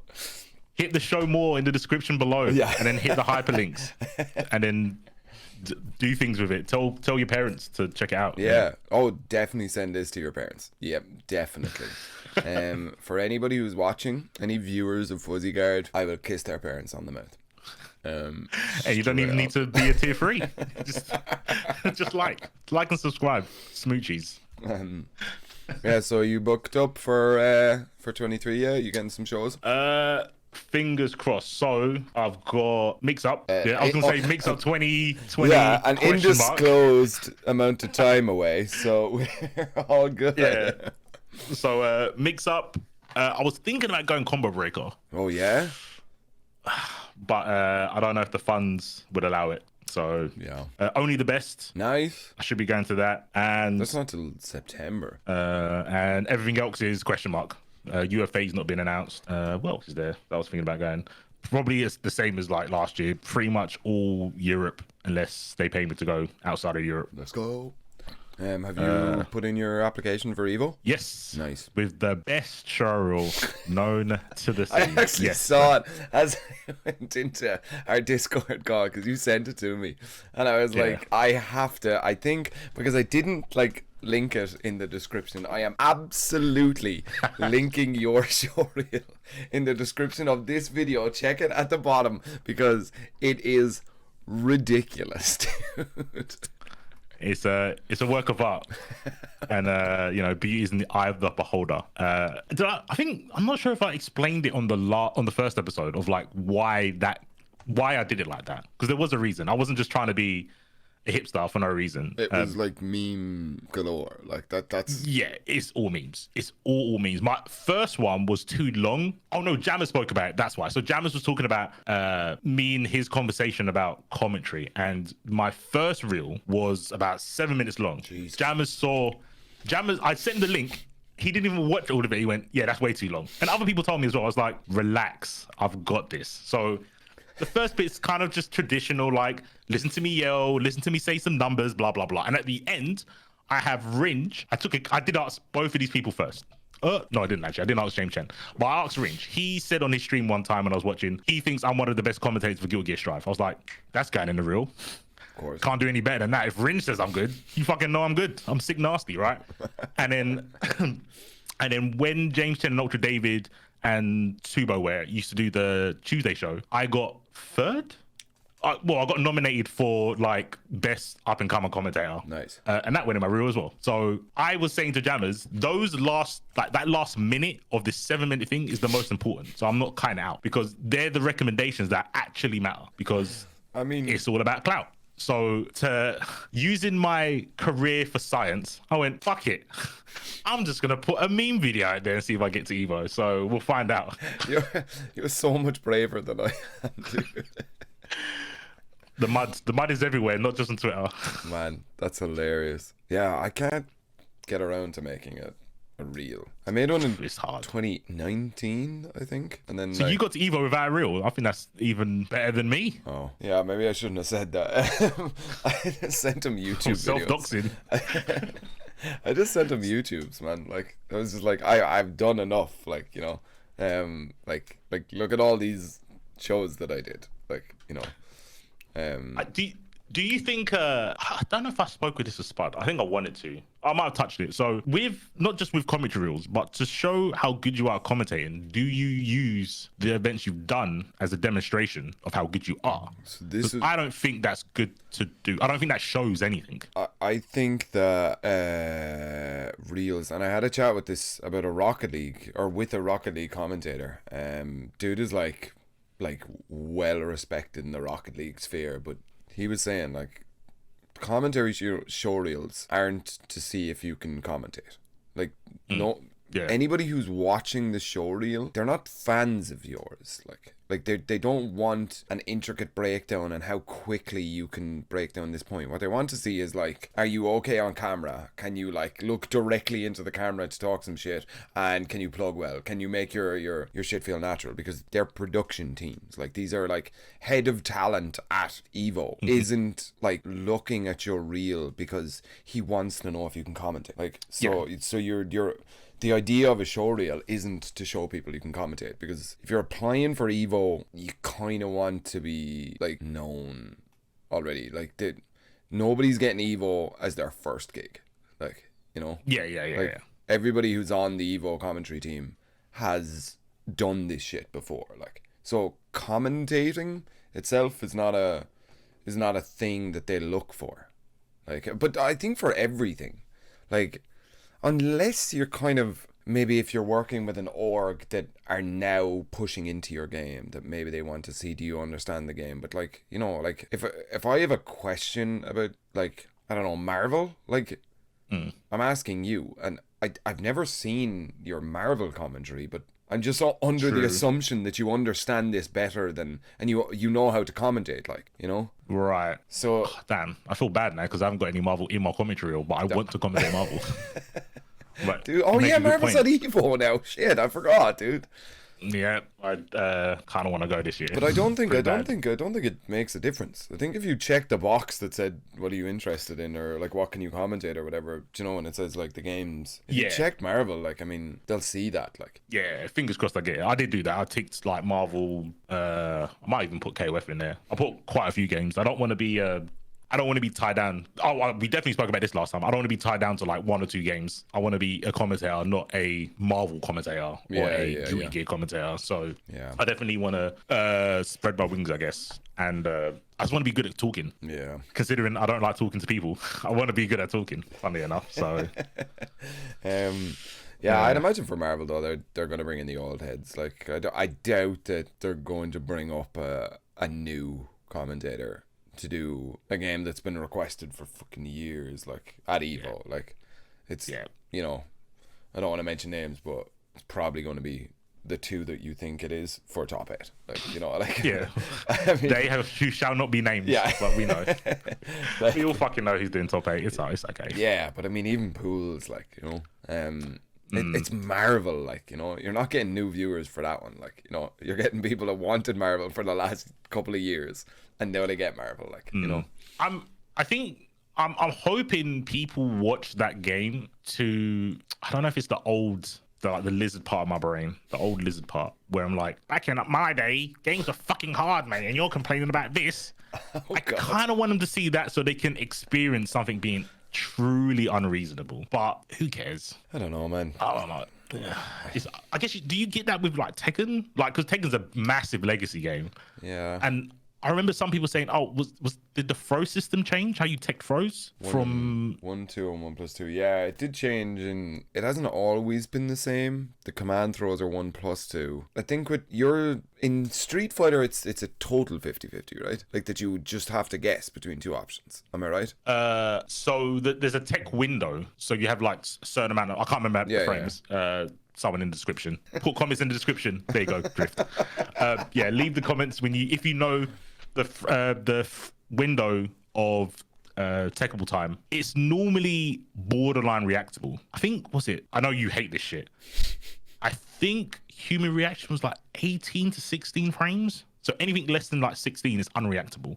18 is like peak performance. Right. So if the window was smaller than 18 frames to tech, it was basically a 50-50 because you couldn't react in time. I thought it was. Maybe my reaction speeds are just below the shit, like, you know. Why we're commentators, mate. Yeah. Why we're commentators. But yeah, it depends on the game, whether it's and sometimes, you know, throw ranges make a difference if they've got an OS behind it. All the nerdy shit, like in some anime games, you get like 2 windows. You get a window where if you tech it, you go back to 0, so it's like neutral. And there's some games, if you take it late, you don't take the damage, but you're like -14. So they get like a button, guaranteed button afterwards and stuff like that. But games are hype. Whoop, whoop. There you go. That's what you need to know. I can't believe he just threw. What? Yeah. He's got the grab. No way. So risky. He wasn't blocking anything. He could have got completely demolished. He could have got his shit stomped out. What a brave individual. You sound like Sam the Ding, bro. Mate, you got the fucking evil around commentary. You're my idol.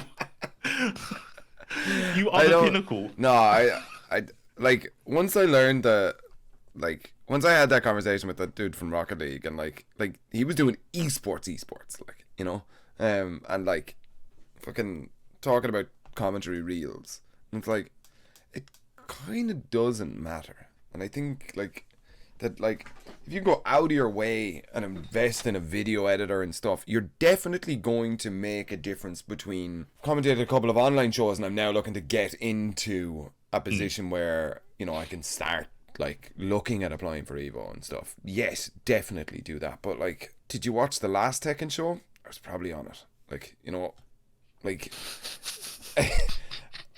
like, I want to see your Tekken application form. Look, I'll be honest, like, what you know, cut to like next summer when I'm not on the Evo bill, like, you know, and this is about to get pulled up and stuff. But like, you know, I think because there's so few of us that exist in the world, that it's like, once you've done a couple of big shows, it's like, if you're organizing a show and you didn't watch that one, like, will I just send you the YouTube video to show you that production team trusts me? Or like, why? Yeah. Like let's go into the purpose again. Like, why did they want to see a production or like a show reel? Like, what's the actual point behind it? Like, can you commentate? Like, it seems like a null question if you're applying for commentary. Like, you know, like, yeah. Are you okay? So fair. There's definitely a lot of people that go through the avenues to apply for commentary to try it out, like, to see if it's what they want to do or whatever. They've done a couple of shows or whatever. But like, you know, if I'm doing a Marvel online tournament or whatever, who am I getting? Like, I'm getting the people that I was like, oh, Marvel looks fun. Where did you watch it? Click that unmute button, listen to who the commentators are, and be like, oh, those guys are good. Like, so if you get a reel in from one of those guys, you're like, no, I know this guy's good. Like, you know, I've seen him. Like, I don't know. Would it bother you if you was like the best by default at commentary? By default? What's that mean? Like, yeah, like you're saying, it's pretty small pool of players that the TOs can pick from. So say there was like 4 Tekken commentators, and say there was like 10 Tekken commentators, and 6 of them was shit, and you weren't shit, and it was only 3 good ones, right? When normally you need like 4 commentators to like an event, and they went, oh well, these 3 players we're gonna reach out to. And then the best out of the shit bunch is Sam the Ding. Let's get him. Would that bother you, knowing that you're only there because you're not as bad? Not that you're good, but you're not as bad as everyone else. It would bother me, but we have a thing about good shame. That, like, certain shame can be really good. Like that, like, if you're surrounded by really successful people and you're not successful, the thing that keeps ringing in your head is, shit, I want to be successful. So yeah, it would bother me. Like, if I had found that out, if someone on production said, oh yeah, we got you because everybody else that applied fucking sucked, I'd be like, that sucks. I don't want to be that guy next year. Like, you know, so that puts me in a position where I can make a decision of start blaming everyone else and stuff. Like, you know, like, well, that production team, whatever. Or I can look inward and say, all right, let's make it so that next year that they have no choice. Like, you know, I have to be there. Like, you know, that good shame. Would you turn it down? No. Jesus, no. Okay. Like, if it was a position where I was just the best of a bad bunch, no, of course, like, you know, I need that door to open, like, you know, so that then I can learn who's head of production, who's talent manager, like who's running the stream, like, you know, like, so that when I go up and next year, or I meet them at another show, but they're on a different game, I'll be like, hey, what's going on? You remember me, the stupid Irish guy with the mustache? Yeah, best of a bad bunch. Yep, yeah, that was me. That was me. Yeah. Okay. I don't know, man. Like, that's a really important thing for people. Like, put yourself in an uncomfortable situation. Like, feel how it feels to not be fucking number one. Like, you know, you don't get a participation trophy. Like, you know, like, feel what that feels like, and then use that as inspiration. Like, if you can't, like, fucking, I don't really know what I'm trying to say here, but, like, you know, when my brother moved to London, like, he moved in with all these people that were, like, really working on, like, creative projects and stuff, and he wasn't working on, he has a creative project, but he wasn't working on it, like, you know, and all these people were, like, musicians, actors, models and stuff, but they were, not that they were successful, but they were, like, achieving stuff, like hitting milestones and that sort of shit. And he felt terrible for, like, a week. And I was like, dude, but that just means that you're not working the way they are. Like, you know, like, maybe there's some luck or whatever, but, like, he surrounded himself getting to be successful creative people. And it totally inspired him to start working. He wants to make a video game, like, you know. And oh, sick. He's been talking about it for fucking years, dude. Like, fucking, oh, this is my idea, like, or whatever. And I'm like, that's great, like, you know. And then this next conversation, oh, so I expanded that idea into this is the lore and stuff. And I was like, dude is insane at, like, computers. And I was like, oh, have you, like, started building, like, you know, a framework or whatever, you coding or whatever? He's like, no, I want to get the lore sorted out first. And I'm like, man, put anything down, get it wrong, and then change it, like, you know, like, actually make those steps. Now he has. He's actually, like, working on it just from all these people, and it's not their fault that he felt like shit, like, you know. Yeah. Just from being around them, he felt like shit, like, you know, and it was terrible, like, for him at the time, but it was such a good thing. It's good shame, like, you know. Right. Like, that it wasn't, they were very, like, as soon as he said, oh, I'm thinking about making a game, they were like, dude, let me know, we'll all play test it here, like, whatever, you know, all these weird creatives and stuff, like, you know. He was like, that's awesome, damn, I have nothing to show you for the next year, like, you know. Like, yeah. Okay, yeah, no, that makes sense. I've never heard of, like, that before. Like, what do you call it? Good shame. Good shame, man. Like, yeah, I never heard of it. You can feel shame, it makes sense. But if it inspires you, then, like, you know, like, if I'm the best of a bad bunch, you fucking know that in 3 weeks' time, I am now the undeniable pick from the bad bunch. Like, give me a year, I am now right in the middle of your good bunch, and any time after that, dude, I'm sitting, you can't afford me anymore for your show. I'm sorry. Like, you know, I just did that show. Like, I don't know if you saw that. Like, you know, I got turned down for one show, and I get so petty, man. I'm like, I got turned down for one show because I didn't know the game. Oh, you spoke about that? Yeah. You did speak about that. Oh, Fuck I think I had those a guys. question about that. I don't think I want to go to that show, man. Fuck those guys, man. You know? Wait, do you not think they did the right sort of vetting, though, for their event? No. To turn you down for you not knowing? Because, you know we were speaking about goals, right? And your goal as commentating is to get people that don't care to care. Yeah. Because that's the bulk of kind of the audience we're reaching out to, right? But say, I don't know, just it's a hypothetical. Say the TOs were like, no, I want all the people that are going to watch because we're a small event are going to be players. So they're going to be players that are, you know, competing in the world tour, so they care more. They're going to be the ones that watch. And they wanted someone analytical. You, like, self-identify as not ticking that box. Don't you think it was right for them to turn you down? Or do you think you were so good at what you did, you knew better than them? No. First of all, when that event came up, I was not good at what I did at all. Like, you know, I was just the hype guy. I couldn't do anything else. I didn't have knowledge about commentary enough to change what I was doing. I was like, it works for me to shout. People, like, are noticing me because I shout, and I didn't understand how to transition excitedness into actually breaking down plays and stuff. Like, you know, it was just, I'm letting you talk until I see something big, and then I'm like, oh, I can't believe that just happened, like, or whatever. I didn't do anything else. Like, I was new, like, you know. But then if you think there's a trailer for a tournament, people want you to go, what do you hear? Do you know, they have slow-mo black and white shots of the player coming up onto stage, trophy lifting or whatever. Behind it, every single time, there's some guy like me going, I can't believe he just did that! Or whatever. Like, you know, this is what everybody else wants. Like, and there were a lot of other tournaments at the time that were picking me just for this sort of clippability.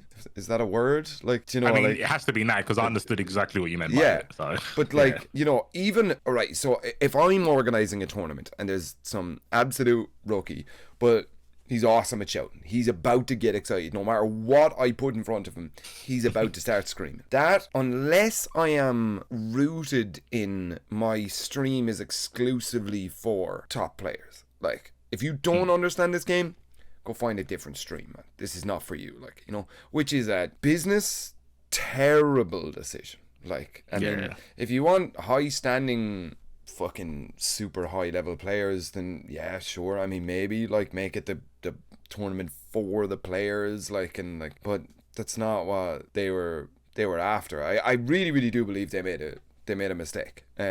Maybe it sounds weird when I look at it like this, because I'm like, yeah, I should be picked for every show I get, like, but you know, like, I mean, I ended you up, can say it's fine, but I ended up doing the show fucking anyway, because like their committee of people like turned me down, and I went, well, fuck this, I'm just going to the show anyway. And then knew all of the production team, so they're like, yo, Sam, you're here, listen, we need you to do pools like in 15 minutes. I'm like, see you later, shithead.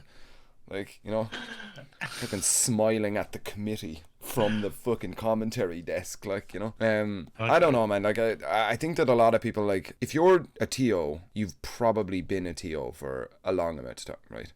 And if then your event starts getting traction and you become one of the stops on the tour for the Mortal Kombat Pro Tour or whatever, like, you know, like, you don't have experience in that frame of like that Warner Brothers are now sending you shit, like, you know, like, you've just had a community event for 10 years or whatever. So these like guys have been on the scene running these shows for fucking years, dude, like, and then out of nowhere Warner Brothers steps in and say, all right, we're doing Multiverses and Mortal Kombat, here's 25 grand, you need to put on this type of show. Like, what the fuck? Like, he's about to get his buddy, who he knows can talk well, on top 8 with the American that's written in the contract has to be on it. Like, you know, like, so you've like Aquaman and a bro who's, you know, he's sitting there with a fucking level 6 English, like, you know, like, it's not top, like, you know, but he knows what he's talking about, like, you know. I don't know, like, this industry is not as like clear cut. It's not like you get in as the bartender or the barback, then you get to bartender, then you get to mixologist, then you get to supervisor, then manager, and then you own a bar. Like, it's not, it doesn't have this path, like, you know, like, it's just like the way we disagree on like commentary and how it should be done. We both achieve things that, like, you know, that on the same level, like, you know. Yet we came at it in completely different ways. Yeah, I think so. I think I agree. I don't know. Like, speaking to some of the American commentators about a lot of opportunities being decided on spawn location. Yeah, because I spoke to Ringe, shout out to Ringe, and I basically said to him, how comes you got the world tours for Dragon Ball and Guilty Gear when I was at everyone in the EU? But they picked you over me. And I basically said, like, how are you better than me? And, you know, he tried to be nice about it. I tried to make him super direct. I'd be like, tell me I'm shit. Go on, tell me. But he was like, no, spawn location, because both of them were in America. One was in California, and obviously the other one was in Vegas. Flying me out there is going to cost way more.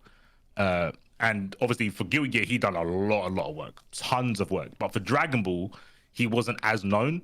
And I was salty as fuck. I was omega mad, because people were like, oh, we're gonna see you in Vegas. I was like, I don't know, I'm waiting for this email. And then Ringe messaged me saying, oh, sick, I'm gonna see you at World Tour. And I was like, Oh, I guess you're not, because I didn't get an email and you clearly did.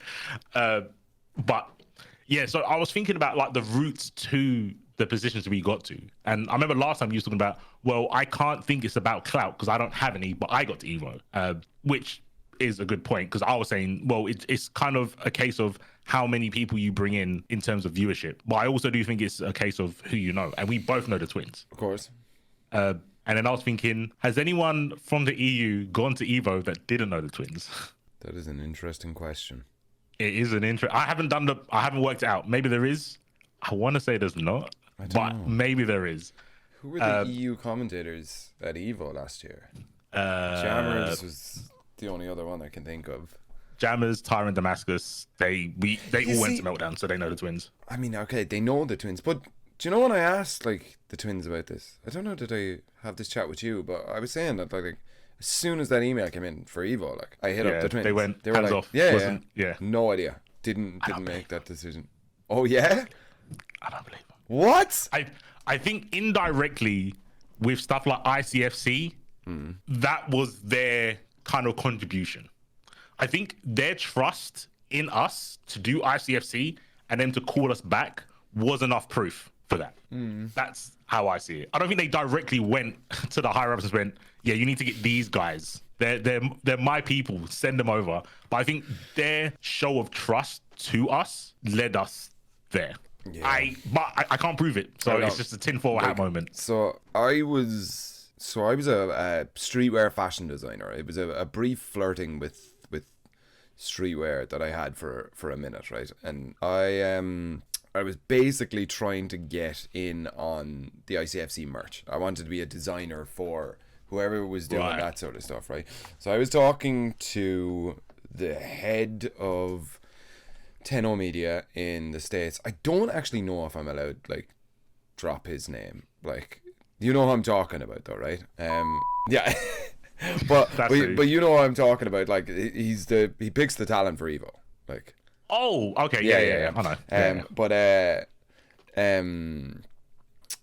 Yeah, and I was talking to him about like merch and that sort of stuff, and we were having this long conversation. He like saw the website of my old brand and stuff, and like, you know, he was talking about it. And then at the end of that conversation about fashion and about streetwear and stuff, and I said I was going to pitch some pieces to him and that sort of stuff, and then he said, that sounds awesome, and by the way, are you doing anything on the whatever, was it May or August or whenever? But he said the dates, and I was like, no, I think I'm free. Why? What's going on? And then like I googled it and I was like, that's Evo. Like, shit, wait. So I thinking like, did that come just because I was chatting to him, and like rather than it being like, because obviously he knew I was a commentator, but I had been introduced to him at another event, and this sort of stuff. Like, so, I mean, that would make sense considering you didn't have a reel. But like, I had applied for it like at the very start. As soon as it opened, I had applied for it or whatever, and then, you know, you don't hear anything back. And I think the commentators for Evo decided like 2 months before the show or something. Like, you know, it definitely felt like it. Yeah, it felt pretty late notice. No, not taking shots. I'm just saying. I guess for people outside of America, it's really late notice. Who's the fourth? Me, you, Jammers, and Tyrant Damascus. Oh yeah, of course. I think that's it from EU. Shit. First ever Irish commentator at Evo. Just saying, you're looking at them, boys. That's looking at them, boys. Put that in the reel, man. I'm telling you, that's a strong card to play. Representation. That's it. That's why. Need it. That's why I think, man, this accent has done so much heavy lifting, dude. So much heavy lifting for everything I've got. It's not London. It's not London. Not. You know, it's different. I think there's so many unique ways people can get into commentary other than just being funny that they probably don't think about. There's tons of ways to get noticed. Accent's a strong one. Speaking different languages like Damascus is a really good one. Aesthetically, I think you can be eye-catching. There's a guy that always wears like one of those shades that have the text rolling across it. Oh, his name's Zero Syndicate. Yeah. Dude, that's kind of sick. Bro, no disrespect, I don't think I watch many of the games he commentates, but I know that guy because of that. course. Like, his name is fucking going across his eyes. I can't forget. I'm annoyed that I almost forgot his name. So yeah, there's so many ways you can get into commentary by picking out something that makes you stand out, other than knowing the numbers or being the funny guy. Yeah, I think it's about being creative. And when you I think when you see the blueprint of what someone else has done, it feels a lot easier just to try and copy that. Definitely. So I don't blame him. I do. I think it's easy to just not do it. Like, you know, just like, I feel like it's difficult. Like, if I wanted to commentate like you commentate, that would be really, really hard for me. I think it's probably way easier for me to just do what I do instead, right? I don't know. Maybe it's because we're in the FGC where copying is optimal. Like, when someone's learning a character, they look at what the best player does and try to emulate what the best player does to be at that level. But in most other spheres, that's not how you get good. Do you know what I mean? In tennis, you don't look at the best tennis player and try to copy them. But I think you try to be good, but isn't there in your own way. Always that? No? In everything. Like, even if you want to be the best tennis player, like, you start by having your idols and you have the same tennis swing, or I don't know what fucking tennis tech is like. Yeah, I don't know why I shouldn't have said tennis. I'm so lost. This is the worst example. But like, look for me to pick out. For instruments, like, you know, if you want to learn guitar, like, you know, you'd learn Jimi Hendrix solos or whatever, like, you know, or like, you know, you like the way this guy plays, so you copy that almost exactly, and then you make it your own from there. But it all starts from this route of, I don't think that's an FGC trait at all, like, you know. Yeah, I feel like when you have an idol, you want to be as good as them. But I guess with music, you are playing identical notes. Like, if you do anything opposite to what your idol's doing, you're not playing it right, technically, right? You're not playing the same music. But I think with fighting games, people see what the top player's doing and go, well, that's clearly the best strategy. If I do anything that deviates from that strategy, it's not being optimal. It's not the best anymore. Yeah. I could be wrong, though. I feel that's the kind of mentality people have with commentating. It's like, well, Yipes is popular. If I commentate like Yipes, I also must be popular by default. Yeah, I don't know. I think it's just this idea of commentary that, they're just sitting down and chatting and having fun. Sounds easy. Like, I'll just do that. Like, you know, then, you know, you get into it. You're like, oh, wait, I have to network. That's Wait a minute though. Did you do something at Red Bull or something? Did you got a show or something, or made a contact or something? What? The Golden Letters? Yeah. Did you not do something? And like, you were like, no, I think you tried to. What was it? It was the guy that was there early but left. Probably like, we went out for a smoke and then he left. And he was like, oh, I've known that guy. Oh, what team was it? Fuck. He was like an org. He was part of an org. Oh, yes. Fuck. What was the org? I can't remember now. Yeah. I think he played Soul Calibur, something like that you were saying. Anyway, you fucking made the connection with him because he was like, oh, I'll be contacting you. To me, he just fucking waved his hand. Like, yeah, nothing happened. I did actually. That was a really beneficial trip for me to do. Like, I got a lot of new Twitter followers. Did you? Sick. I got none. Oh, no, I got two. Yeah. The two people that we was with. Did Drift make that clip? Drift just messaged me. Happy Easter. Oh, wow. What a guy. Did Drift make the clip where we were calling you out? It was on the podcast with Drift. We were calling out your Twitter. And you were saying some shit about my fucking clout. Oh, yes, that was it. That you were like, I just changed my my thing. My see, this is the weird thing, man, and I'm sure you get it with like Castle. People ask you about specific things that you said in specific episodes, and you're like, dude, I did that like 3 weeks ago, and it was a 4-hour conversation. I have no idea what you're talking about. Like, I got a DM being like, oh, hey, I heard what you said about the, like, you know, the guys grinding for like 3 hours on commentary. Was that me that you were talking about? And I was like, no comment. Perhaps, I don't know. I'm sorry. Like, you know, but like, these all have to go through an editing phase and stuff. Like, so. Yeah. I haven't had that, but that's only because I recorded 8 in that week and then did 2 per week. Nice. So wait, how many have you got left in the bank? Because you're releasing 2 a week. Yeah, are you? 2. God, that's hard going though, man. Oh yeah, it's not going to be regular. After these 2, it could be. Castle is a limited run season. There you go. I'll just keep plugging the prior episode until I do another one. Or you might catch a new ones on the fucking Fuzzy God Patreon. I don't know what's gonna happen. Damn, dude. All combine, we'll make a podcast network. That's it. Let's go. Let's go. Wait, who else has a podcast? Who do we talk to? I know some guys that are doing stuff. Let's go. Yeah, there was I got approached by an Irish podcast group organization, and they wanted to buy the rights to the podcast. They wanted to, but like, so the thing is, when you get onto this sort of thing, they tell you that it has to be X amount of length, and you have to go with the sponsors that they choose and that sort of stuff. So, and realistically speaking, the money wasn't good enough. Like, it would have been great, but you know, it was like they were kind of humming and hawing about, like, you know, oh well, you know, if you make X amount of views, we can give you this much and that sort of stuff. And I was like, I'd actually prefer to just kind of grow this naturally, like, you know, like that. I don't think about money or sponsors or anything, because I feel like that would change stuff like that. Would it? I don't like. I mean, you know, you sound like the old FGC when it's like esports. Oh, fuck that. We're gonna stay grassroots. Fuck it. So, subscribe to Milky Bar mini eggs, guys. We have yes. You know. Just coming like a NASCAR wearing, like, you know, like all the brands and stuff, you know. Do it. I think so.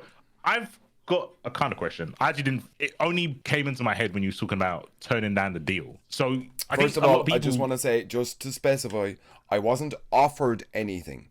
They kind of were flirting with, this is what we maybe could offer if you're thinking about doing this sort of stuff. And I was like, maybe we'll talk again in 12 months. Like, you know, don't. Yeah. We'll see. We'll see what we can do. I'll have my people talk to your people. My people is Drift. Yeah. Drift may reach out to you if he can be asked.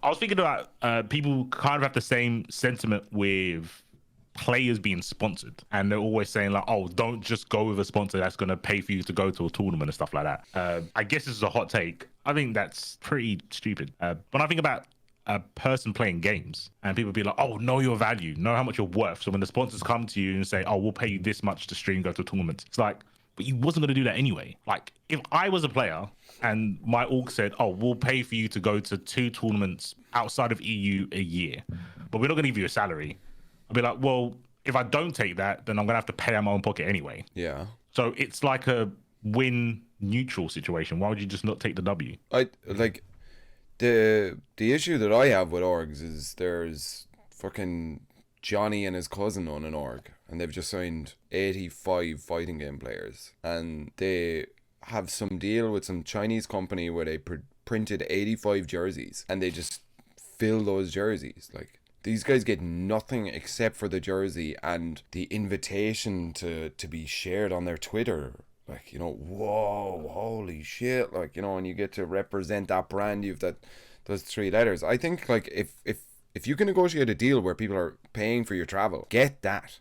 Like, get that 100%. Right. Whoever is shutting down the idea of fighting game players being sponsored, if it's in a legitimate way, and, like, you know, you don't have to shill some weird coin that the owners have come up with, like, you know, take that, get that money, man. You know, like, everybody has this weird thing of, like, if you got a job, man, like, say you wanted to work in a restaurant, you don't get that job because you love that restaurant, you know.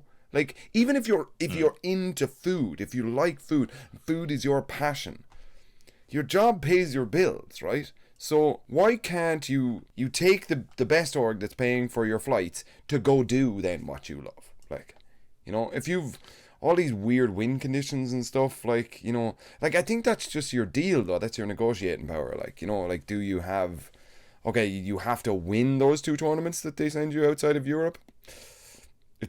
That's going to be a rough one. Like, you know, you're wanting to be kind of on the up and up, like, but, you know, why wouldn't you? Even with your hypothetical, say I'm the org and I'm saying, yo, Sam, put this shirt on, it's got a stick of dynamite and C4 on it. I ain't giving you any money. But what I will do is every time you upload a fuzzy guard, I'll put it on my Twitter. My Twitter's got more followers than you, so more people will see it. Do you think that's a deal that's dumb to take, or? Hells no. Right. Okay. Like, I mean, so there is a situation where that might happen. Like that, like if you are an org that's really boosting content creators or whatever, and I've seen this guy went from 50 followers on his Twitch to 1,000 followers on his Twitch after he signed with you. I'm saying, okay, there's something going on here. I don't actually understand what it is. So then if you approach me, you'll say, all right, let's sit down and have a chat and see how this happens. Like, what is the marketing thing? I'll wear a jersey if you can afford for me to wear your jersey. Like, there you become a billboard, right? If you're wearing the jersey, you're the billboard, right? But what then can I get from that? It has to be as even a split as it can, or obviously, you know, in your negotiating, you want it mostly in your favor, right? So, like, you know, like if somebody said, all right, if you release 100 episodes of The Castle, I'll pay you 100 grand, but you don't get that 100 grand until you release 100 episodes, and they have to come out weekly. So in 2 years' time, you make 100 grand. But every episode, every 5 minutes, you have to use our catchphrase, which is "Bing dappa boop." Like, you have to say that every 5 minutes for the next 2 years to make 100 grand. Do you take that deal? Probably, yeah. I mean, you probably would. Realistically speaking, probably, I don't think anybody would turn that down, right? But then start lowering that down, right? So I say 50 grand in 2 years, right? So you're talking 25 grand a year. You have to release 100 episodes, and every 5 minutes you have to say "Bing daddy, bing bop boop," like, or whatever. You know? Yeah, we sing that song. So you probably still take that on 50 grand, 25 grand a year, like, you know, add to your stuff. Very. The thing is, like, where I feel with fighting game players is different to commentators, where being paid an exposure is a bad thing. Or it seems underhanded for players. For players, yeah. I mean, yeah. But I think you need to understand what your product is that you're selling. Right, so for fighting game players, their product is marketing. It's an advertising space. Like, you know, I mean, basically, that's what we all are at the end of the day, as soon as you're on the internet or whatever. But, like, people get caught up in these player-run orgs, and I'm not saying they're all bad, but that their product is the fact that they're good at a video game. That's not the product, guys. Like that's your skill that, like, gets you into these deals. But the owner of an org, his job is to try and make a sustainable org. Like, his job is not to, like, his job directly isn't to nurture your play, like, or make you a superstar, or, like, push you and sell plushies of your face or whatever, unless it makes his org sustainable. Like, you know, even if he's a player himself still now, like, or whatever, you know, business is business. Like, you know, like, the esports industry is an industry. Like, you know, there's a lot of people that take a paycheck, like, and whether they get into that through playing or through a business management degree, like, they're still in the same position. Like, you know, and anybody in the org needs to understand. I've had these conversations with people who are signed to shit orgs, and it's the t-shirt and a handshake sort of deals. Like, you know, wear our t-shirt, fucking put our fucking shit in your name. We can pay 25% of your admission to any event you want to go to. It's like, okay, what makes that shit though? So I thought we established that that's not that bad as for a player. If you can afford the 25% on your own, like the 100% of, like, if they're paying 25%, what are you really saving over the course of a year? Like, you know, something. Is that not better than nothing? Is it, or is it the benefit of having the no org thing is you become a free agent, or you do, like, I mean, we're all technically free agents. before we sign? Yeah. Like, you know, like, do you wait? If you are actually an up and coming player, like what are the org getting to pay 25% of your admission into a show? So, and if this is like reality, if in reality orgs see a player and they go, oh, they're already part of an org, we won't reach out, then I could see why you would hold out for a better deal, I guess. But I feel orgs don't just go, oh, we're not even going to attempt to get this player. If you're that good, and you've got EG next to your name, and you're some oil king that's starting up something, and you know you can pay more than them, I think you would still offer, knowing that they're part of that org. I mean, I don't know. Sure. I would assume that would happen. Business is business, right? Fair. So I think holding out for a better deal would only make sense if you're like, well, I don't want to be attached to anything because it will repel other orgs. I think, why would an org pick you at your first signing, say, and you get nothing out of this deal? Like, you know, like I think it's the same like editors. Most editors for like big YouTube channels, they do it for nothing at first. Sure, of course. But they get exposure because they basically build a portfolio. I think having orgs, as long as you don't get, as long as you don't get kicked out of the org, it all adds to your portfolio, right? Sure, but yeah, does your portfolio not build whether you're with or without them? Like, if you're saving €4 on your trip to Germany, like, you know, is that just for the sake of having a clan tag on your smash.gg? Like, you know, I mean, that sounds like a good Uber Eats. I'll happily take, even if they're shaving off like a tenner off like a Eurostar train. That's £10. That's Match Reno money. It's money from nothing. Like, I didn't have to do anything for that money. But you do. I'm gonna wear clothes anyway. Whether it's their jersey or my t-shirt, I have to wear clothes. Okay, but where's your line then, right? Like, you know, if I'll make you this deal right now, I'll pay you £10 every show you go to if you wear my brand t-shirts. But I get to pick the size. I get to pick the color. I get to pick like I tell you what you wear. Yep. Do you take that £10? Yeah. Easy money. What? Easy money. I don't know. Again, but obviously, if we go back to my axiom, I don't think we have that much value anyway. So I'll take that. God, every time. But you dress so cool, dude. I'm so jealous of your fashion sense, man. Has anyone ever met C4 in like real life? Dude, the man looks like he dripped out and stuff, dude. I attempt to. I do try it. But if you took that away from me for money, I'll take the money. But where's your line? If I paid you £5, if I paid you £2, if I paid you £1, like, you know, like if I sent you a bar of chocolate with the t-shirt that you have to wear, like, I don't think I have a line. If I'm being logical, right? Like saying, oh, £2 I'll take, £1 I won't. It's like, well, what's the difference there, right? There's no meaningful difference on what I can get. Sure. I think to me it's a case of, if the thing you're making me wear is okay, fuck it, why not?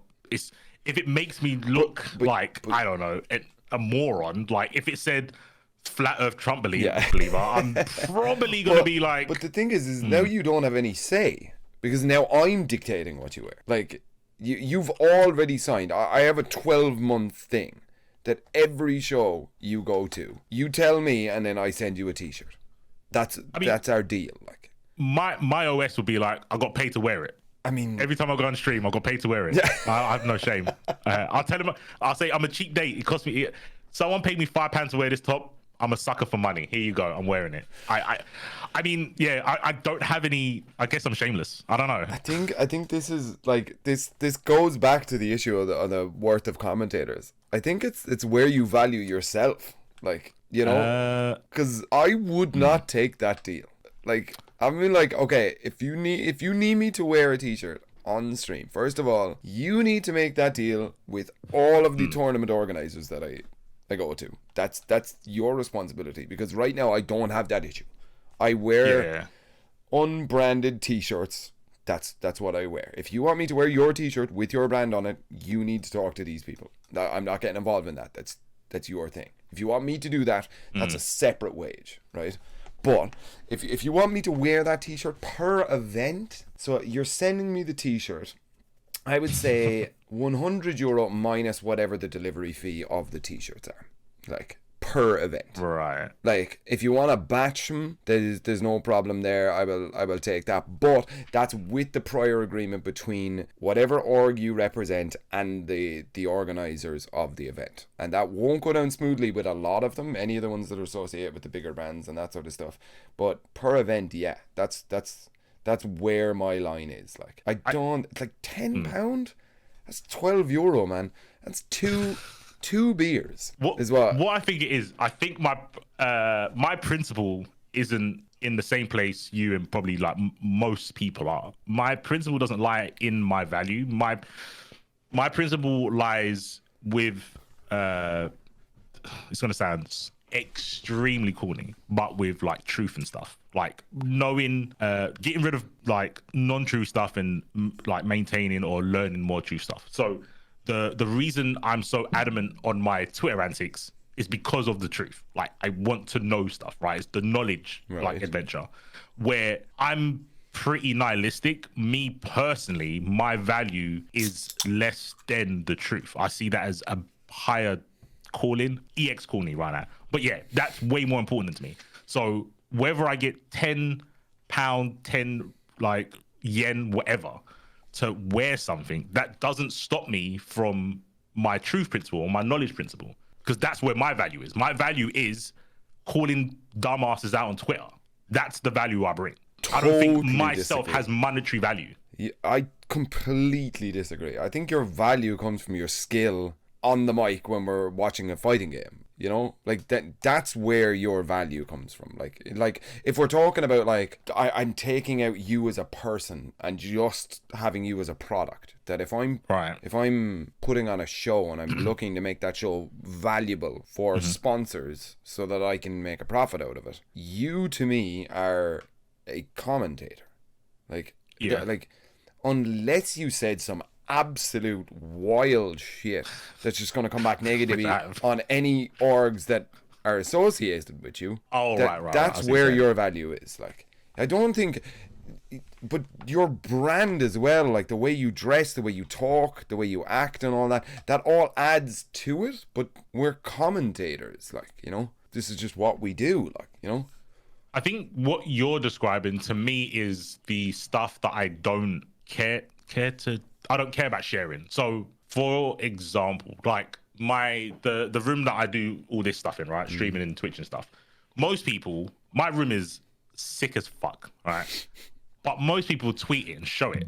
Like, but I do everything I have, all like the ornaments and fucking medals and shit that I have, they're there for my purpose. Do you know what I mean? Like, it's weird because I always thought, well, if you've got a collection of stuff, say you collect like Gundam figures, you collect those to show other people. I used to think that, but everything I've got, I've not showed anyone. Okay. I've got like I've got like 10 Street Fighter games, like all in like a shrine cabinet. I've got like the SNES version, not the SNES version. No, I have got the SNES version. The box is a bit battered. I've got the Mega Drive version 2. I've got Turbo. I've got Championship Edition. I've got Marvel 2 on Dreamcast. I've got all these old games. Jeez. No one's ever seen it because I've got it because it brings me, it helps my ego. I don't need to show it to people. And I think what you're describing with like how I dress and how I commentate is something that I've not used to garner clout. I don't know if clout's the right word, or to garner value for myself, I guess. Right. Okay. Where, because I know a lot of people don't like doing the shit I do in terms of like Twitter and debating and blah, blah, blah. It's like frowned upon, right? It's like, oh, you're just a logic bro. You're fucking annoying. I feel my value is that doesn't bother me. Like, hate doesn't bother me. Bad comments don't bother me. Your value in what? Like, are you talking about your value as like a brand to invest in, or your value as you as a kind of a human, a person? Like, both. I'll say both. Both. Yeah. I don't agree whatsoever. Right. Your humanity. Right. Yes. Right. Like, if we're talking and it's just me and you as mates, fucking yeah, bro. Fucking tell those shitheads what they're shitheading about, like, you know. But if I'm a brand, if I'm booking you for a show, that's not where your value is. Like, you know, your value comes from the last show you did. Like, you know, Did you commentate that? Do you look good on camera? Do you sound good on mic? Like that. I don't know. I think personality is a big part of why people get branded. As long as, like you said, as long as I'm not going off saying crazy cancelable stuff, if I'm just being a regular Twitter dickhead, yeah. I think because, like you said, normally you don't go to show more. But if it's with me, you're going to show more to see the craziness, right? I think that is what the brands care about. They care about the engagement my antics garner. That's why I would say probably both. I agree 100% more that it's like a human personality side. That's where the value comes from. Like, I wouldn't want most people to act like me. I would not. If there was a clone of me, we probably wouldn't be friends. I think that person's a fucking moron, right? But I know what he's doing is overall good. He just has to do. He has to be a villain to make the city better. Like, it's some Joker bullshit, right? Damn. I get that. And like we've said it before. We did the multiverses thing. Like, the people in the back that get no praise for like the TOs and stuff. I don't mind that. I don't mind not getting praise because I'm okay with the job that I've done. That's enough for me. If it's easy to say because it's not the case, but if no one ever said like, oh, you did a good job on commentary, I would be fine with it. Well, I think most people eventually be like, am I actually good at this? Like the whole imposter syndrome thing. I don't get that. So I think that's my skill. My numbness to real raw human emotions is that is my value. Okay, let's flip it on its head. What if there was a stream manager who's had a huge presence on Twitter and was just like a shit talker or whatever and got like, you know, he's in your ear now, he's the producer and he sucks. Names are wrong, scores are wrong, doesn't cut back to you on the time or whatever, but keeps getting shows. But Umar, we love you. We love you. He said it, not me. He said it. Get him. I had to get a shot in one time, just the one time. But like, would you understand that? Like, as well, look, it's bringing things to the brand. We're getting that sort of long-term goal, but the stream, the little details like scores, names, flags, all of that sort of shit, it's getting kind of fucked up. I would obviously think that's shit, but because of the business we're in, or business in general, people get to places because of who they know, not what they know. So to me, I'm just like, this is one of those cases. I can't be mad at it. I might be a product of it. I don't know. I can't really retrace my history to be like, well, if I didn't talk to this person, I wouldn't be here. I can't do that, right? But with some people, you know that's the case, right? So I could be bitter and be like, oh, this fucking person doesn't deserve to be here. It's only because they spoke to X, Y, and Z people that they're here. I would just be like, they're pretty shit at the job, but there's shit commentators that get paid as well. So I might be one of them. I don't know. Who's the arbiter of commentary skill? I don't know who it is. Yeah, like, I mean, what is a good commentator? Like, you know? Yeah, I think to be fair, this is way more nebulous than the production. Like, production is obviously they're bad. With commentary, It's not as obvious who is good and who is bad. Yeah, different tastes and stuff. Yeah, I mean, but like cameramen, sound guys, all of these, like that's a skill, that's a learned skill as well. And like, I think it's only when you're in the industry that you know what a bad cameraman is. Like, you wouldn't initially point out bad shots or like bad sound mixing or whatever. Like, you know, if it's very bad, yes. Would you not say there's objectively bad things you can do? Well, there's more objectively bad things you can do with like camera or sound, where commentary, the only rule is not to swear. Everything else is kind of like, well, like you said with what's the story? You can say something that doesn't hit, and it could be because of how you said it with commentary, right? Sure. So you can't say what the words you spoke were bad. It could be your delivery that's bad, or it could be your accent that's bad, or it could be people don't fuck with it because you're not part of that culture that's bad. Like all those weird little intricate things, right? It seems really hard to judge. I've just realized something.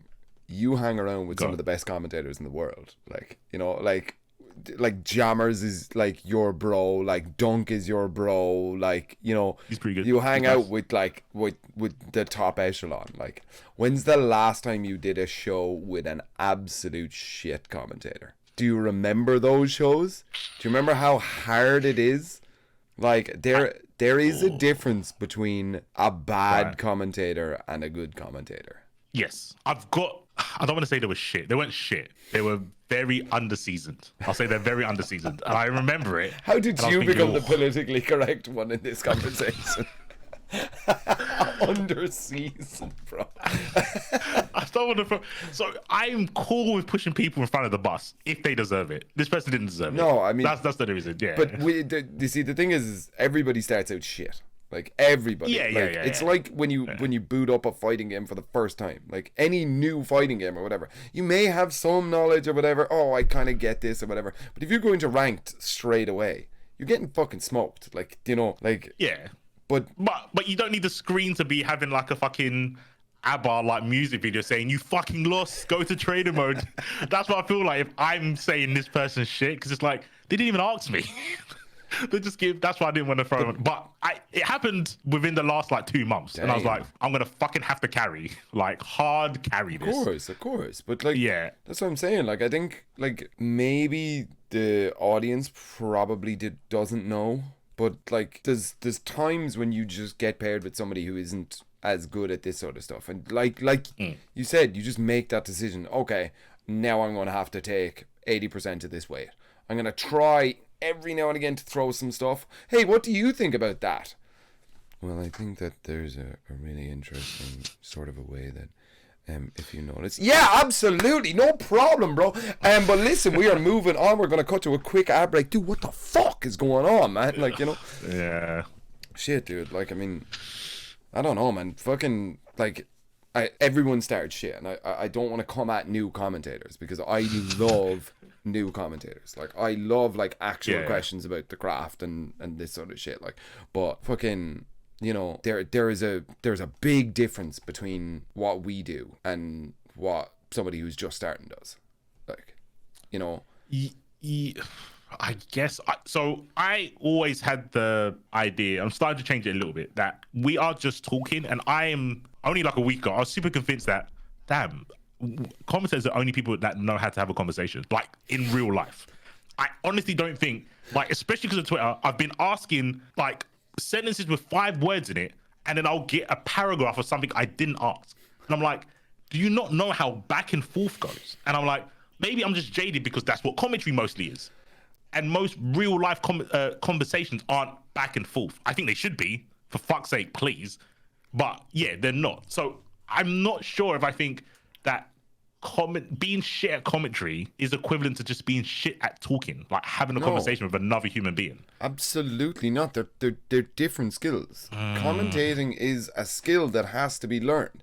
Even like, okay, so you have a couple of kind of base like leg ups, like if you're really naturally funny or you're really really good at talking or whatever, you know, like, yes, you'll do better. But there's nobody who tried commentary for the first time and somebody went, that's actually fucking class. Yeah, no, straight up, that was good. No need to work on this, let's just bring you onto the big show. Like, you know, like, do you think it's impossible though? It's impossible? No, of course not. I think, oh, okay, that's cool then. I don't know if anyone has done that, but I don't think it's impossible. I think someone who could be someone's first time on commentary could be their peak. That could be their max level of commentary because they're just so good at talking.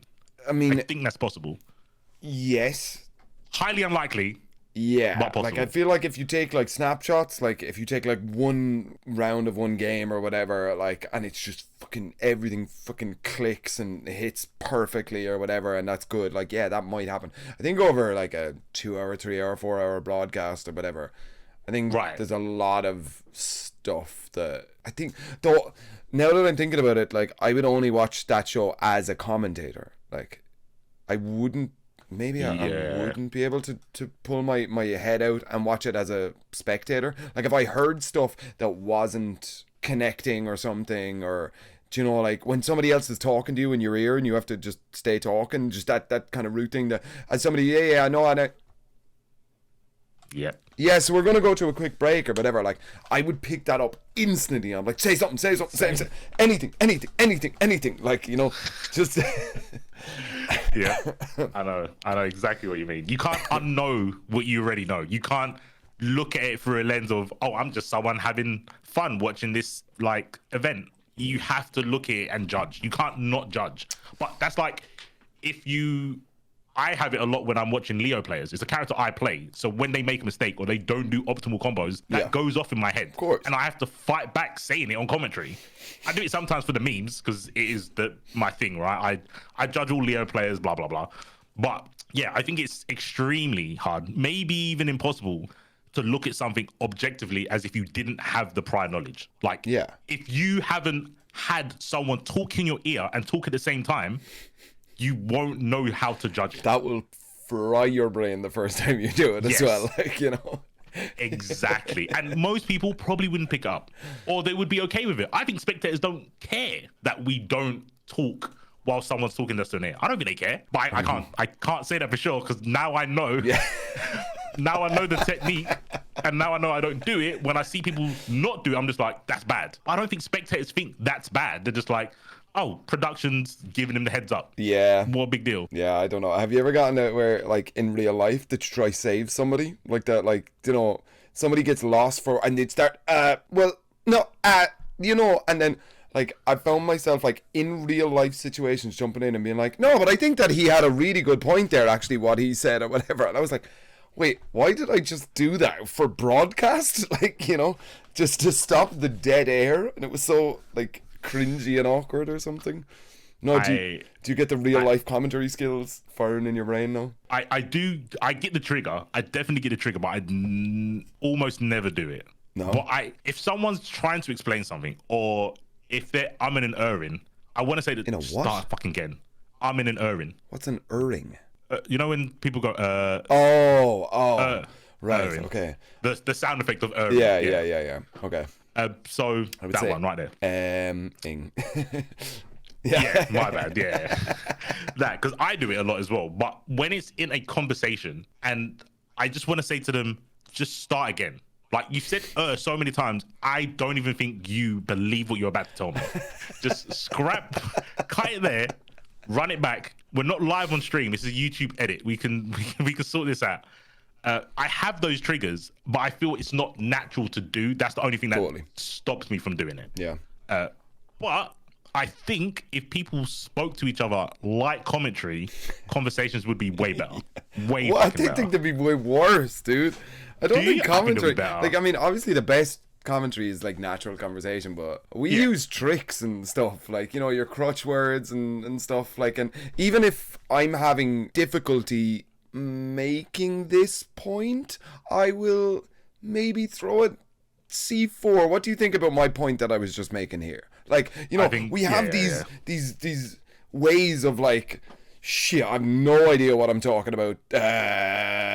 C4, say some things, like, or whatever. Like, you know, you end up, like, filling dead air when naturally, if you're with somebody, you have dead air. It's just a thing. But as a commentator, that's, like, rule number one: do not let shit sit. Like, you know, fill it with anything. Like, you know, like.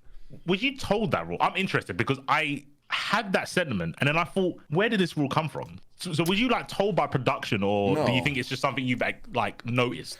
So I used to love, like, going to everybody and asking for feedback, and, like, I would take all of it to heart.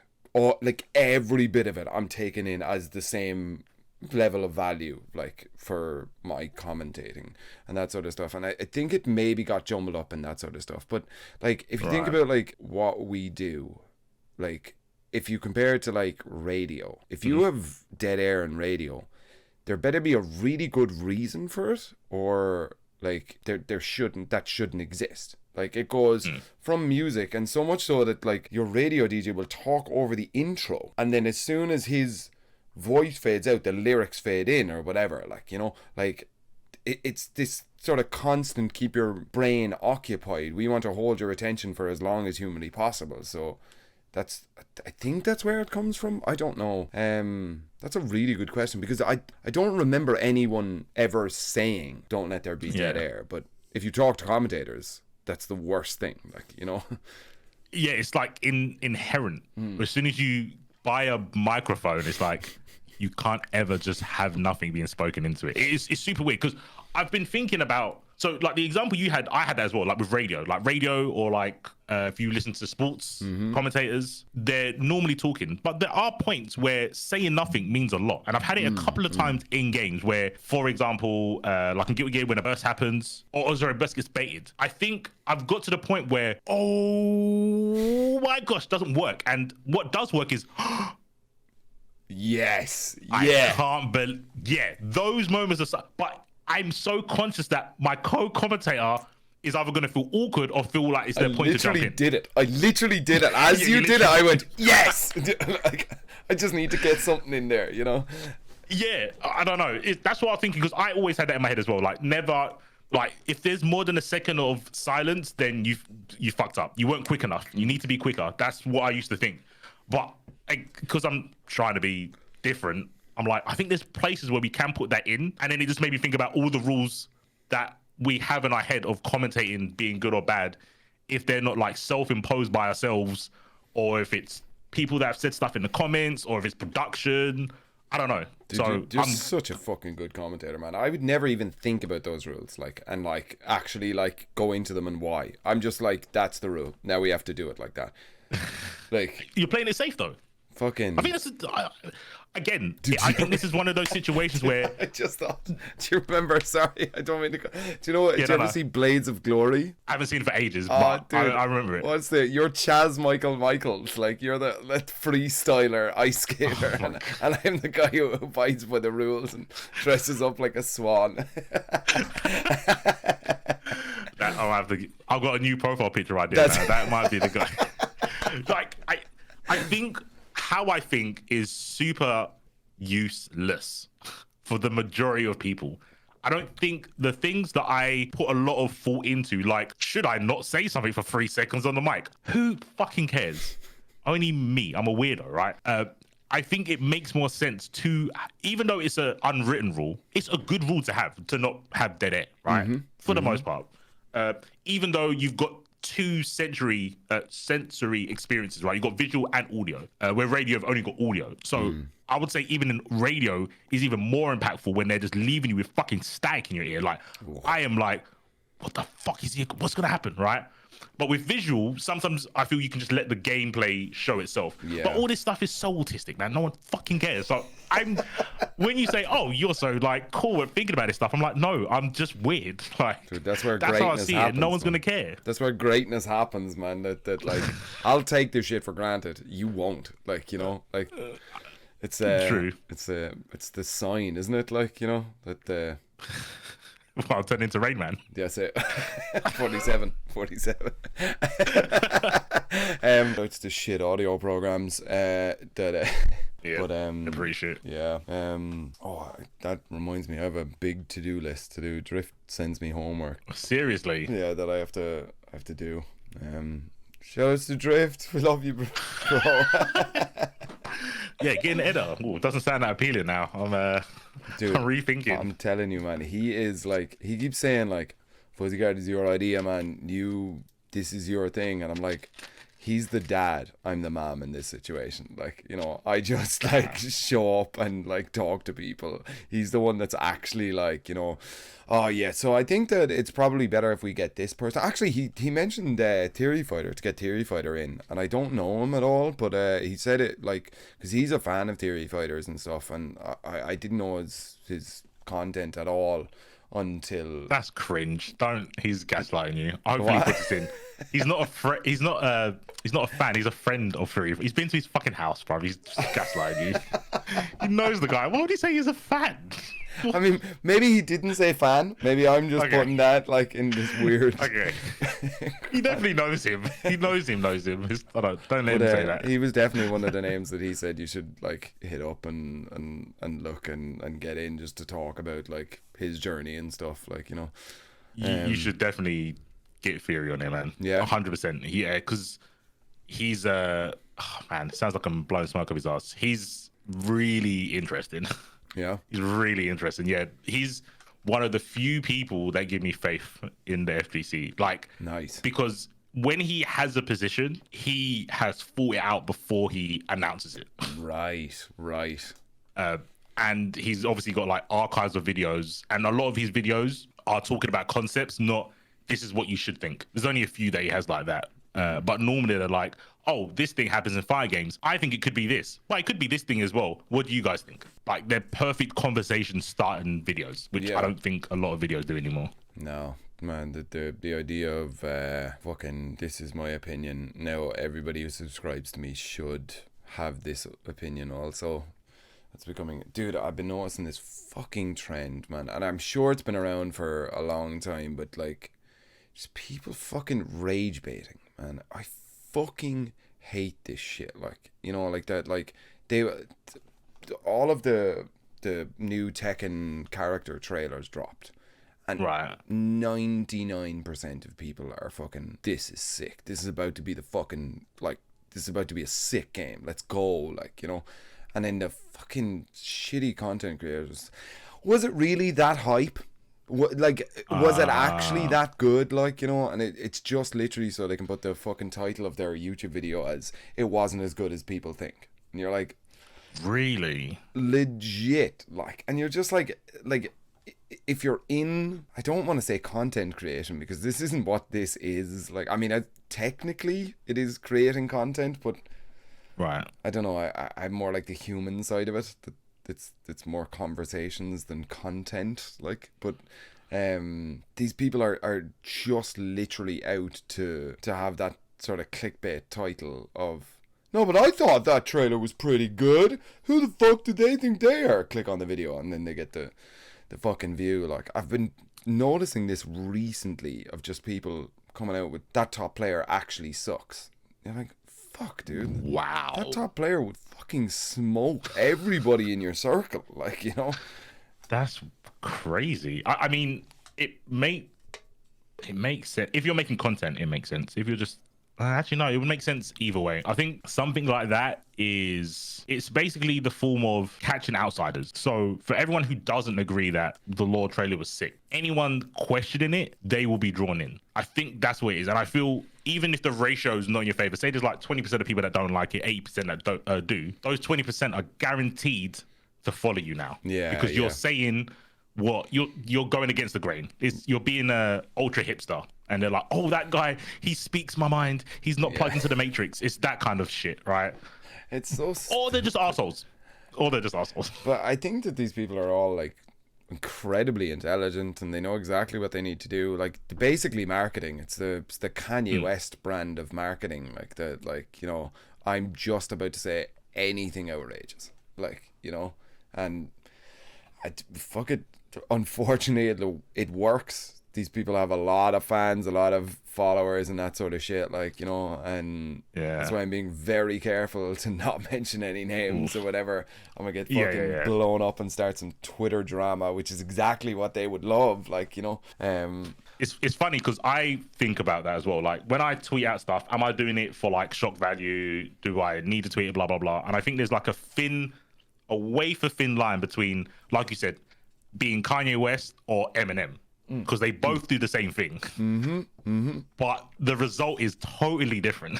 I think it's sustainability. It's like, if you have a standpoint, like, do you know, like, I don't put on being nice or like laughing or joking or any of that sort of stuff. Like, I think I'm the same on this podcast as I am with like my friends and stuff, right? Like it's not that different to when we sit and have a conversation outside of this.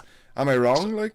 So I actually had two questions. I thought you were going to wrap up. My first question was, I'm going to ask you, how do you be nice? Because I think you're naturally nice, like good vibes person. Right? Yeah, because I don't have an answer. I don't know how to be nice. I mean, I suppose the simple answer is just not be a dick. Like, you know. War is wet. Okay, no, that's a good answer. But you know, like, I mean, like, surely, like, I mean, even if there's somebody that you don't agree with, they're not your enemy. Like, you know, like I like exactly what we're talking about the different schools of commentary. Like, that you commentate for a reason, I commentate for a different reason, but we're both commentators. We both, I can see your point, and I hope that you can see mine. Like, you know, about it. Like, that's a topic that we actively disagree on. But I mean, I think there's things you can disagree on that does automatically mean you're enemies. One I had was, or one I'm having, is the easy input discussion. Oh, I've seen it. Yeah. So because because individuals are morons, right? The core point of why I argue about it. Sometimes I argue just for argument's sake. It's literally for me. It's training. It's brain training, right? Okay. Dr. Kawashima, let's go, dude. Sometimes I honestly argue with people thinking I could argue better for your position better than you can, and you hold it. But anyway, so I'm talking to people, and with the input stuff, I don't want easy inputs because I feel it takes away from execution heavy players. And I think there's enough fighting games on the planet to have easy and hard ones. But how the ecosystem is, if your game doesn't have a world tour, it's a dead game.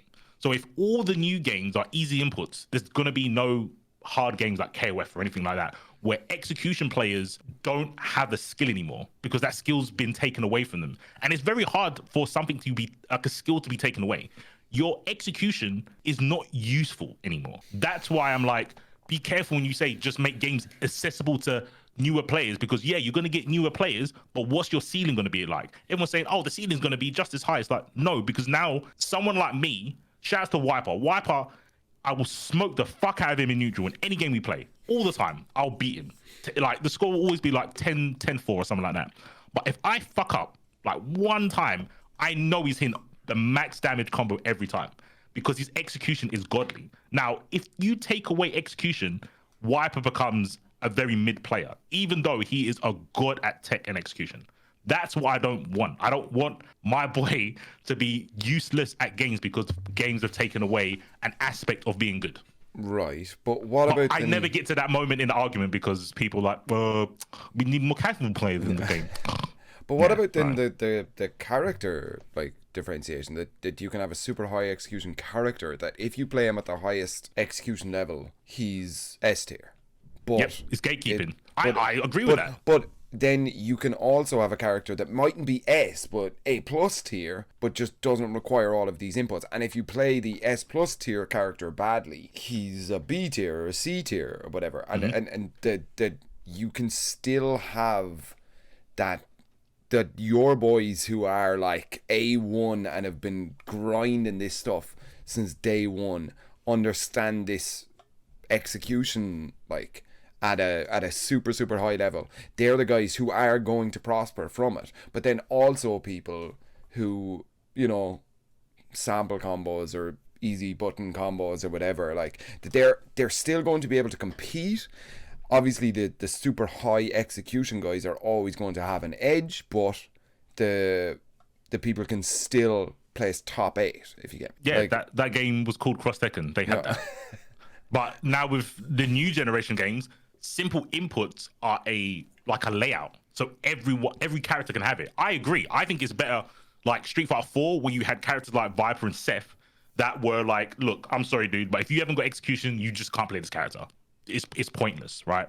And then you've got the easier characters that have like shorter combos or no links. And it's like, I've made this argument. They're like, well, what if your favorite characters, say you're Akuma and you love C Viper, you're going to be gatekept on playing them. I'm like, well, fucking get good then. Like, if my favorite character had hard execution, I would fucking get good. I actually agree. Like, yeah, fuck that. Like, you know, like, I mean, if it's just your preference and the reason you can't play him is out of preference, like, either pick a new character or get better. Like, you know, like if this is your favorite character and now in the new game they have harder fucking execution so you can't play them, they're not your favorite fucking character anymore then, like, you know, like, amen. Like, just either pick your fucking secondary and get good enough with them, or shut the fuck up and get in the lab, like, you know. Yep, we agree. It's cool. Where's the argument there though? What's the other side saying? Gatekeeping. They're like, well, you shouldn't have characters that can't be played if you haven't got execution. All the characters should be accessible to everyone. That's what simple inputs are. It's an accessibility thing. I think accessibility is good, just not in the form people were asking it to be done in. What about, was it BlazBlue? Had this thing that they had, you know, quarter circles and half circle inputs or whatever. Yeah. But they also, you could map them to a one button thing. But if you did that, the cooldown for them was longer. If you did Grand Blue. Granblue, sorry. Yeah. Like, I thought that was such a fantastic idea because, you know, your fucking gatekeeping stupid idea. These people can pull off these super hard combos, but the people who actually work at this stuff have an actual advantage. Like, you know, it wasn't enough though. But yeah, that concept is good. Like, if you do this, the link you get. Cross-Tekken had this. If you did a link, it wouldn't scale as much, so you get more damage for doing links than if you just did a auto combo, like you press the same button twice. Yeah. They had that. It's all the stuff that people are asking for to making games accessible are here. Multiverses has it with perks. That's accessibility. If your mobility is bad, you can pick a perk that makes you move faster or jump more times. Like, it's there, but everyone wants to hold hands and sing Kumbaya and like, you can do a quarter circle. You can do a quarter circle. It's fucking literally Oprah Winfrey. It's like, you know what? It's okay to have things that are hard. I don't know why anyone's scared. And they fantalize new players that they can't learn this shit. So tell me what the word fantalize means. Sorry. It's basically you treat people like kids. Oh, you right. Fantalize, Yeah. Okay. Yeah. You infantilize. Sorry, I said it wrong. Infantilize. So infant. Yes. Fantalizing. Yeah. Okay. Yeah. So you pretend like everyone who's listening to this, anyone who played a fighting game at some point had to learn to do a DP motion or a quarter circle or a half circle or a 360. Eventually we got it. Why can no one else do that? Like, it's so stupid. But then, yeah, some people would do it and go, oh, this is too hard, I won't learn it. For me, you don't want those people in your scene. Quality over quantity. Why do you want a bunch of people that can't do the motions around you? Yeah, they can be spectators. Cool, because they can appreciate how hard it is. But you don't need them. You don't need pot monsters all the time, especially if you want esports. But yeah, sorry, go on. But like, what about dive kick? Like, you know? Sick game. I'm so good at that game, by the way. Like, 2 buttons, dive and kick. Like, perfect. Take away all of the difficulty and it becomes a different game. Like, you know, it's more about mind and like, you know, like when are they going to dive and when are they going to kick and that sort of stuff. Yep. But that game absolutely flopped. Like, everybody who's wanting easier inputs, that's where they are. What was it? Rise and Thunder? There was another game. Yeah, Rise and Thunder. It was like Transformers fighting game. Don't worry. Everyone said, oh, it's going to be the new esports thing. It wasn't a new esports thing. And there was another one that was made. I fucking can't remember what it was called. Fantasy Strike. Fantasy Strike. Wasn't that made by like some super famous like game designer or some shit? I don't know what Fantasy Strike is. Look it up. Trust me, everyone, like, there was a point where people like, this is going to maybe not take over, but this is the gateway for casual players to respect fighting game players. Right. It was so easy in terms of execution. No one rated it. And it flopped. So yeah, those games are out there. It's the same with like rollback. Everyone moans about connections. You know, the games that have really good connection, no one plays. So I don't know, man. I wouldn't even know how to make a good fighting game now. Like, you know, like, because I think everybody has a different idea of what a good fighting game is now. Like, even people within the same game be like, oh, yeah, I like this game because of this. And then other people are saying, oh, but I like it because of this. They're playing the same game, but it's a different thing, man. God bless those fighting game devs, man. That can't be an easy like grind, man. Yeah, it will drive me mad. I find it almost infuriating when I'm talking to people and they're telling me what the dev's design was meant to be. What? It happens all the time. When people, especially in Dragon Ball, we'll talk about, oh, why is this character broken? And I'm pretty, like, I'm a dog with a bone. So I'm going to go down to your foundational reasoning behind why you think something's broken before you say it's broken. Mm-hmm. And it will always tend to be like, well, the devs didn't design it to be like that. And I'll be like, can you prove that? There's one person who'd be like, yeah, if you look at all these other characters, this is how it works. This is the exception. And I'm like, okay, that's something. I don't believe it, but at least it's something. Only one person's ever done that. I'm like, well, if it's an exception, so would character-specific combos. That's an exception, but you don't think that was not intended. That was clearly intended because they've been able to patch it and they left it in the game. Mm-hmm. Mm-hmm. So it was a decision choice. It wasn't that they done something and it was incorrect to their ruling. They make the rules. But yeah, it's just, I think people rush to a conclusion and don't think how they got there, because otherwise you'd see the contradictions and be like, I can't believe that. I can't think that. I'm saying it, but I can't think it because you don't know where you've started your thought process from, and you don't know your goal. I think when you argue about what's broken, like even asking someone what makes a broken character can change. Right. Especially if you talk to someone who played like ST, and they'll say, no, Akuma was broken. Like, he broke the game. Like, literally, you could not beat him. He had this move that did 50%, and it was safe on hit, block, plus and whiff. Like, to me, that's what broken is. Of course. Now, anything that's super strong is called broken. But that's it. The broken became a buzzword. Like, and it's like, stop saying broken. Like it lost its meaning. Like, OP. Like, even that, like, you know, like, wasn't really overpowered. Like, it was just hard to deal with. Like it had it was high powered. I agree with you there, but it's not overpowered. This isn't this thing, but like, yeah, just like broken. Like, did it break the game? You're saying, like, you know, Lily's sidestep in Tekken is broken. It's like, no, there's fucking ways to deal with it. Like if that thing had broken the game, every top player would be using that character with that exact fucking shit. So like what you were talking about, like, you know, in some instances, like Chun-Li, like in Street Fighter, fucking what's the Alpha Third Strike? to Third Strike. Yeah. Like Chun-Li was like crazy strong in it. But you see it in the tournaments. If you look at a top 8, it's 7 Chun-Lis and 1 fucking whoever. Like, you know, you're like, all right, no, fair, understandable. Like, they didn't have a way to patch it, probably missed a couple of things or whatever. That sounds like that was a crazy overpowered like strat. But if somebody is really, really good with anybody else, it doesn't mean that they can't beat a Chun-Li. Mm-hmm. Like, you know, I don't know, man. There's only one character in my experience of fighting games that I would class as broken, and it was Relento in Cross Tekken, because he would throw the knife. There was a bug, literally a bug. If he threw the knife, he would crash the game. If it hit you like a certain point, it would make the game pause and you have to restart the console. That's broken. That's literally broken. Literally broken. Everything else in comparison, I would not say is broken. Maybe, like you said, I think overpowered, overtuned, like even that I feel is, I would maybe say like, I don't know. I don't even think any game that's getting patched, I think it's a struggle to say a character is overpowered. Cool. Like literally overpowered. They're far from second spot. I can accept that.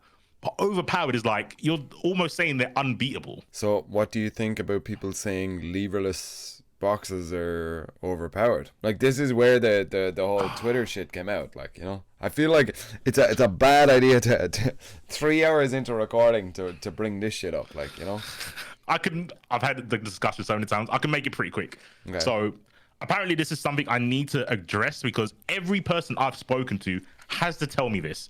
I have no fucking idea why. I've been playing on Hitbox for 9+ years. Okay. Don't tell me shit, anyone in the comments about Hitbox. I was playing Hitbox when Hitbox was actually banned. When there was no SOCD cleans. I was that guy, okay? So what's an SOCD clean? What is it? Basically, the SOCD, I can't remember the acronym. It's like back and forward turns into neutral. Is it? Yeah, so up and down, what Capcom want is up and down to be neutral, as well. Left and right is mostly always been neutral. There was a point where the first iteration, my one that I had, you could hold forward but keep back charge. So my bison was pretty dumb because I could walk forward and scissor kick and stuff like that. It was pretty stupid, right? And obviously they clean that up so you get neutral. At the moment, if you hold up and down, you get up. But that basically gives you like frame perfect flash kicks for the most part. That's it.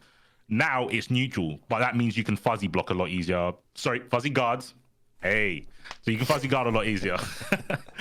But the whole banning thing, I just want someone to give a good fucking reason other than Capcom said so. And that's okay. Just say Capcom said so.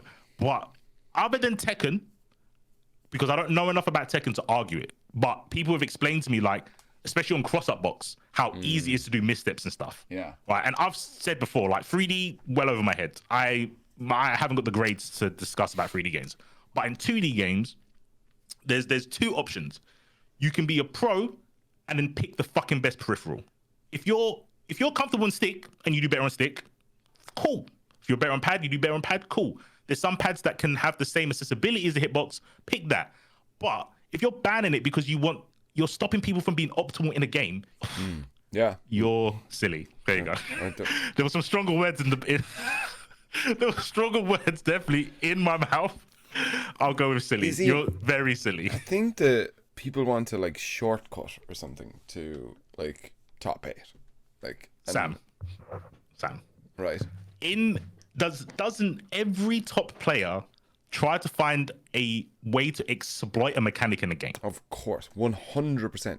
Like, yes, every top player tries to break the game in their way. They try to exploit something. They want their opponent to have the least amount of fun and the least chance to win. Sun Tzu, The Art of War, says win at every front. Like, not just the battle. Like, win, like, do you know, it was an MMA fighter told me one time that I was talking about going to a fucking shitty local, and I said, oh, it'll be funny if I just wear my jersey, my esports jersey to it. And he said, win at every front. As soon as you walk in the door, everyone needs to know you're about to win that tournament. I was like, makes sense. Win at every front. If you can get any edge, dude. Do you know it was it Halo or something? I can't remember. There was a one that the teams were broken into red and blue teams. I can't remember. I watched it. I think it was a MatPat video. Do you know the game theory guy? And he said that he's pretty good. It's 51% of competitive teams win on the red team and 49 win on the blue team, because red is a more aggressive color, and people like to even that little tweak in your head. So I'm about to fucking rep the red team, bro. Like, you know, but it led to more wins. Pick the fucking red team then. Pick it. Yeah. Like, if you can take that 1% away from, like, do everything, man. Especially, we're talking about fucking Street Fighter. Fucking $2 million fucking dollars. Like, if somebody says, like, you know, do you want this? It only increases your chances by 1% to win $1 million. Fucking what? I'll take every 1% thing. Like, so if fucking Hitbox is fucking banned, fucking I'm about to find the next best thing, man. If I'm a competitive Street Fighter player right now, I am like looking for, okay, Hitbox just got under the radar with some shit, right? Let's see what else we can get away with. You know, the cross-up box, man. Fucking, that's not banned officially, right? I think. I don't know. Like, let's fucking try that. Let's win a couple of regionals, get a couple of points, get into the final with it. Say nothing, man. You know? The issue is, like, you have that. That's my if I was a pro player, that would be my mentality. Of course. I don't want to throw shade at people that are still playing with pad and blah, blah, blah, blah. If Hitbox is arguably the most optimal way to play, I don't know why you're not playing it. Maybe you're just good enough that it doesn't matter, right? That could be the case. I mean, or you're more comfortable and you haven't got time to learn a new peripheral. Comfortability is what I was going to say. For sure. There's been a lot of people that tried Hitbox and went back to stick because it wasn't for them, which is fine, right? I'm just saying, if I was trying to be the very best, Ash Ketchum hat and all that, right? I would get a fucking Hitbox. That's what I fucking did. Literally day one. When I knew I could go from left to right in one frame, I was like, that's better than stick. Why am I ever going to learn stick now? I was on pad at the time. So I went to it, right? You've got that. And then you have people arguing about, well, it's not what the game intended. Now, I had a really good conversation with Theory about this, because I argued with him about this. And he was saying, basically, for older games, it's more the integrity. So if you have a hitbox, if you use a hitbox on a game that was designed before hitboxes were made, that should be banned. And I was like, you know what? That's fair, because say Third Strike, for example, hitboxes weren't around when First Strike was designed. So I can't say, well, the devs should sort their game out, because the game was designed without the hitbox in mind, because the hitbox didn't exist. That's way different than Street Fighter 6 coming out when hitboxes have been around for like 10 plus years and going, you can't use this peripheral, even though the players that have been playing Street Fighter have been around for longer. Now we're going to say you can't play on hitbox. That doesn't make any sense when you can do the same thing with certain pads. And people are just sucking it up because it's Capcom saying. I was like, is no one going to question the rules? Because if you're talking about the reason why Capcom, I don't think the reason people are saying is why Capcom's doing it. People are saying, oh, but they don't want them to play the game as they didn't want to intend. I was like, you're morons, because OSs are in the game, and most OSs aren't programmed in. They're discovered by players because they're trying to make the game unfair. Are you going to ban every piece of tech that's found? Are you going to ban it? Like, how many top players work for Capcom? How many people that work for Capcom win, like, place top 8 in Capcom tournaments, you know? I don't really see any of them. Like, you know, like they obviously playtest the bejesus out of the game, and they probably have some very, very good players, but like the difference between a very good player and a top player is like those hours and hours and hours of working out tiny little minutiae in shit, like, you know? Like, and of course, if there's a back to fours in one frame, take that. Like, if the other guy is taking 2 frames, like at best taking 2, and you have an option to take 1, what? Take it. I think, I don't know. I think people are just salty. It's kind of like one of those situations where you just brush it under the rug and forget about all the repercussions, because now it's going to be like, if I wanted to play Street Fighter seriously, I'm going to need 2 hitboxes or one that can switch between the 2, because other games, it's not banned. Like the up and down at the same time is meant to be up to stop what you can do if it goes to neutral.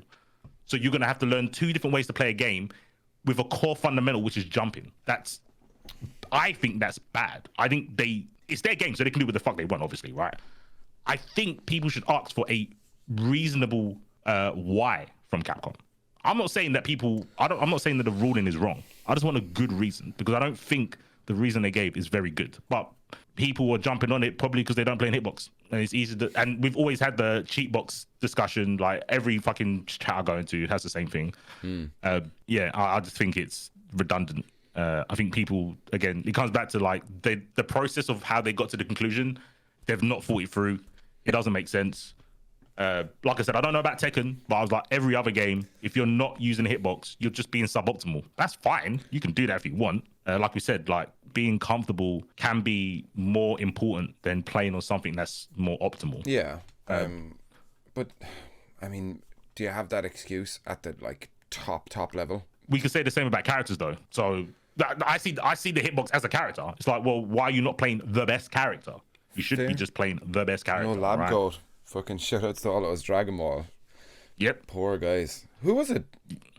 Was it you that said that lab coat like opened up the meta? Was that you? I said it. I said it, and then someone made a video on it, and everyone was like, "Oh yeah, you're kind of right." And I was like, "I fucking hate you guys. You fucking wank stains. I can't stand you guys."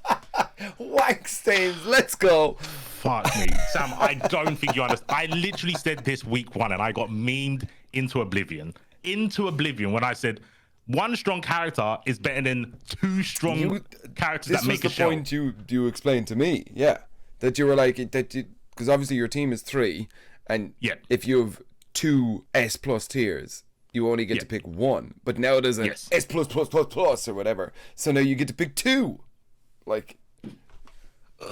Shout out to Lotus, because he made the video. It was bang on. It was completely right. It's the people that commented. So no shots at Lotus. It's the people that went, "Oh yeah, you're so good."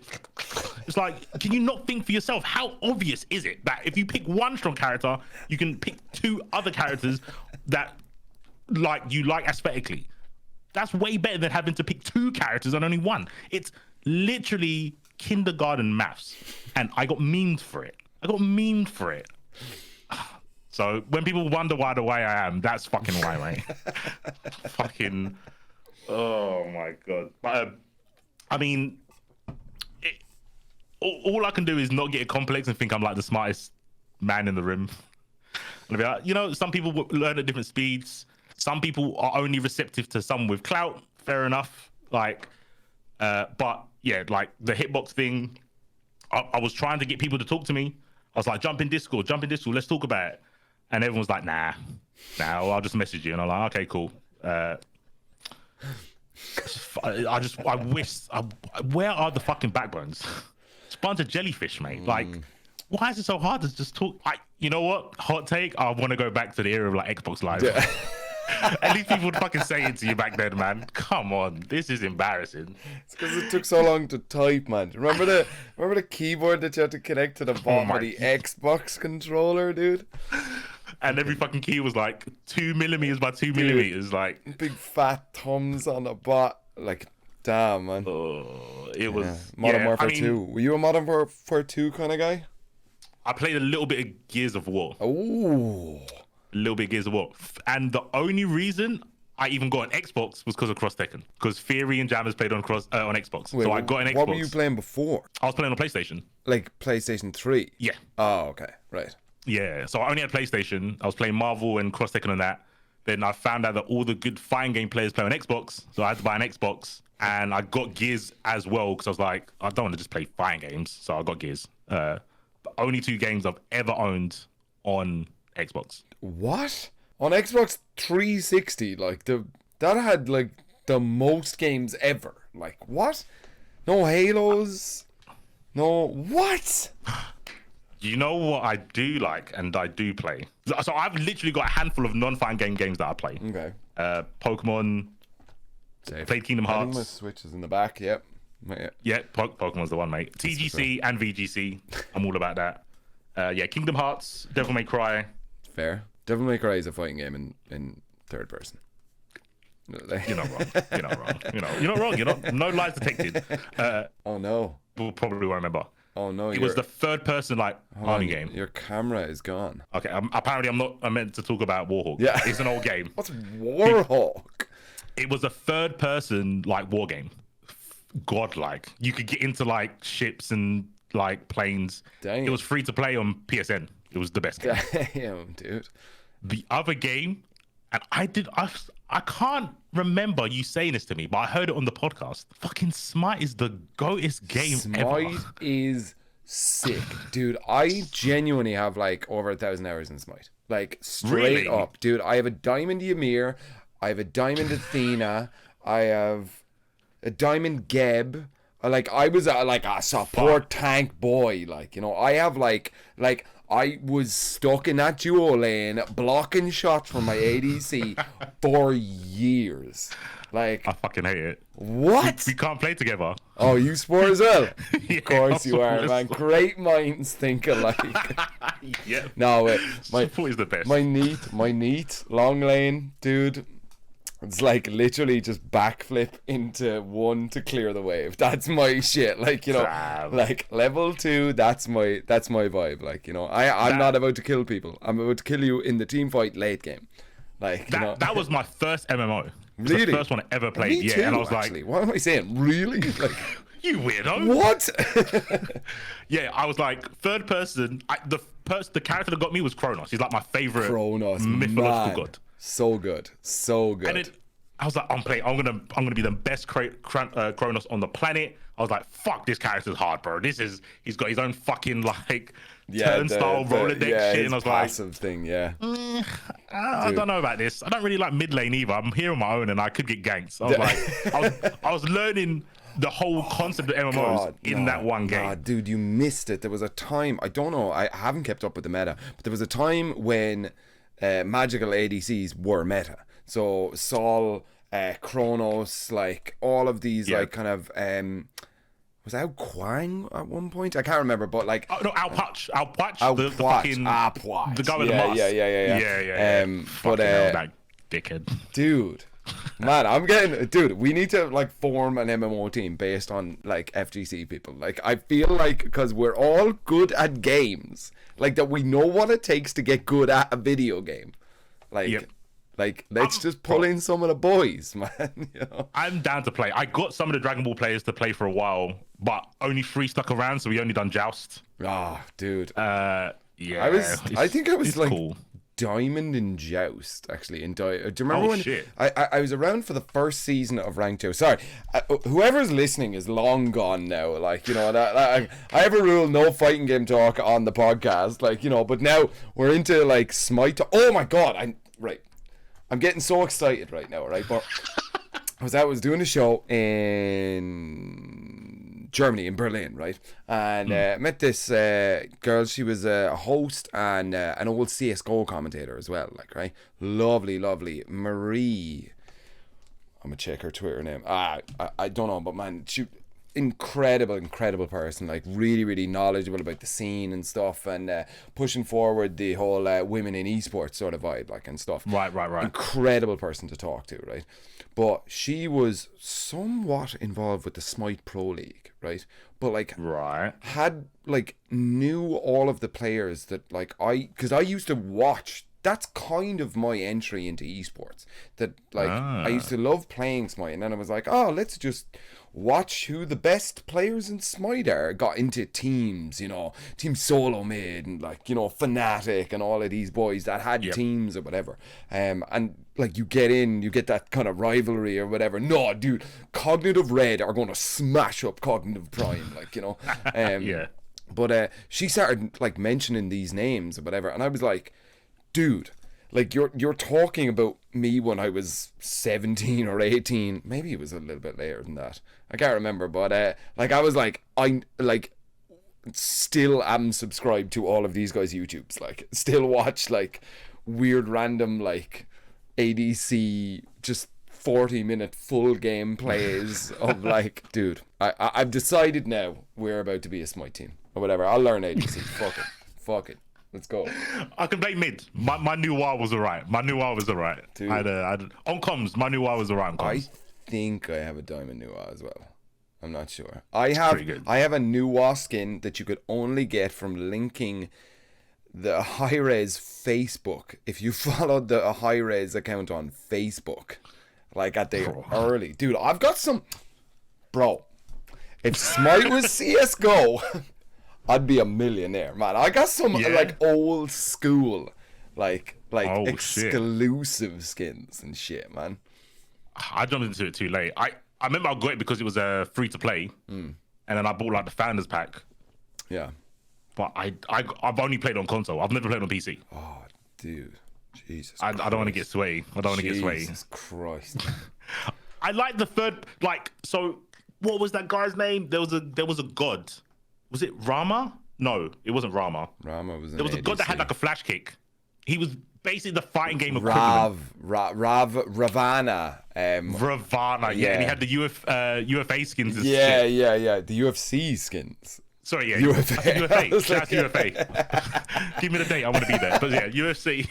Yeah, the UFC skins. I was like, this is the fighting game character. He's got an invincible flash kick. Like literally, he has a reversal. They got into trouble because he had a Mortal Kombat skin, and like it was so close to the bone that Mortal Kombat, like what? Like NetherRealm, I think they sent a cease and desist or something, and yeah, they had to refund all of the gems that you spent to get the fucking skin. Yeah, I mean, I would have bought that, so I would have got a refund. I didn't see that skin. I got the UFC one. I was like, yeah, let's have it, mate. And then I realized, this isn't. It is a fighting game, but it doesn't work like a fighting game because everyone else is not acting.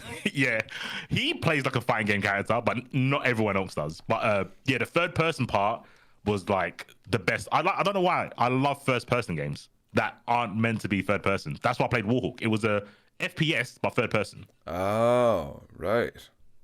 I like that. I just like third person games for some reason. So yeah, Smite being like, I thought I was like part of the cool kids.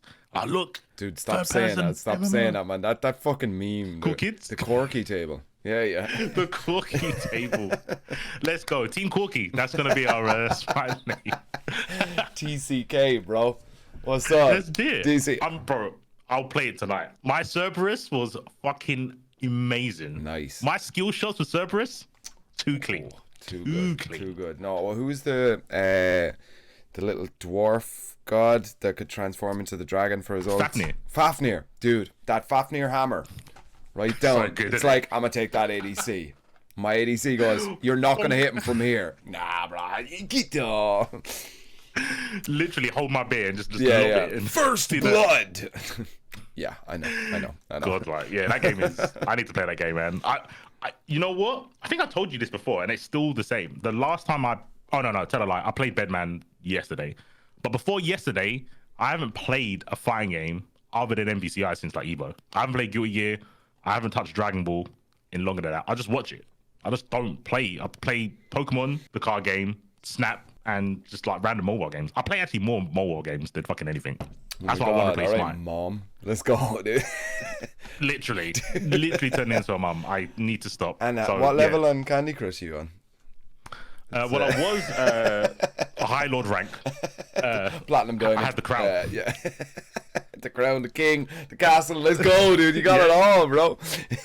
Candy King was the version I got, actually. Dude, not Candy Crush, just Candy King. I feel it's so funny. We were having such like an interesting conversation, and then it just descends to like, what games do you like? Do you have any games on your phone? This is how real people converse. Like, you know, for anybody listening has gotten to this point, the 3-hour mark, and I'll be like, I'm just listening to two nerds geek out about games. Like, yo, they're gonna see the timestamp and think it's out of order. There's no way they're gonna go from like the meaning of life to Candy King. Candy King, yes. Candy King. Look, man, it's on your brain, man. You got that royalty.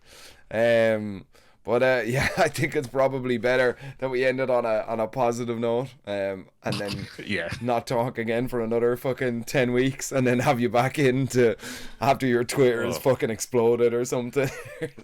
Yeah, nah. If we do play smart, I'm probably gonna play in Hitbox just to be an arsehole. I'm not gonna. Hi-Rez released a statement they're banning Hitbox at all competitive. Yeah, skill shots are way too easy on Leaverless. Sorry, guys. Gonna nip that in the bud.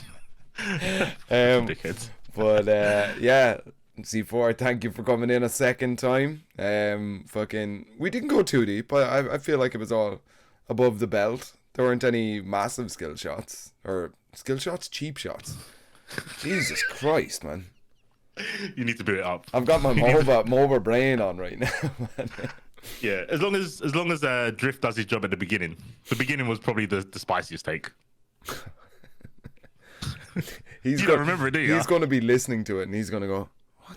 At the beginning? Fuck, shit, dude. Like, straight back in. Keep him on his toes. Yeah, of course. Oh, we should definitely say something like absolutely like rampant, like cancelable shit right now. Just what? Just I'm scared I'll get put on your Patreon. No. I don't want to do it. Oh, there is a Patreon. We are working on it, but we have no idea what to make for the content. So that's why the Patreon is taking so long. It's very difficult to make actual content. Like you need a Sam the Ding Thoughts. We tried just like that. a 10-minute we tried that on topic. Dude, we tried that. Like I was just sitting here drinking on my own. Like, you know, it wasn't like based. I want more of it. Give me more. Right, let me go. C4, I'm booting. Get Smite on PC first of all. Like, what are you doing? It's crossplay. It's crossplay. Is it actually? But it's surely crossplay. I'm going to have an advantage. No. You haven't seen my servers, trust me, bro. You've not seen my servers. My skill shots can only be done on D-pad, I'm afraid. Leaverless, man. Yeah, leaverless. Oh my god. Yeah, no, right. I'll try. I'm actually gonna boot that up now. Like, I'm not joking. I'm reinstalling it. Right. I've decided. Okay, cool. I've decided. Right. Right. Good night, everyone. I'm going.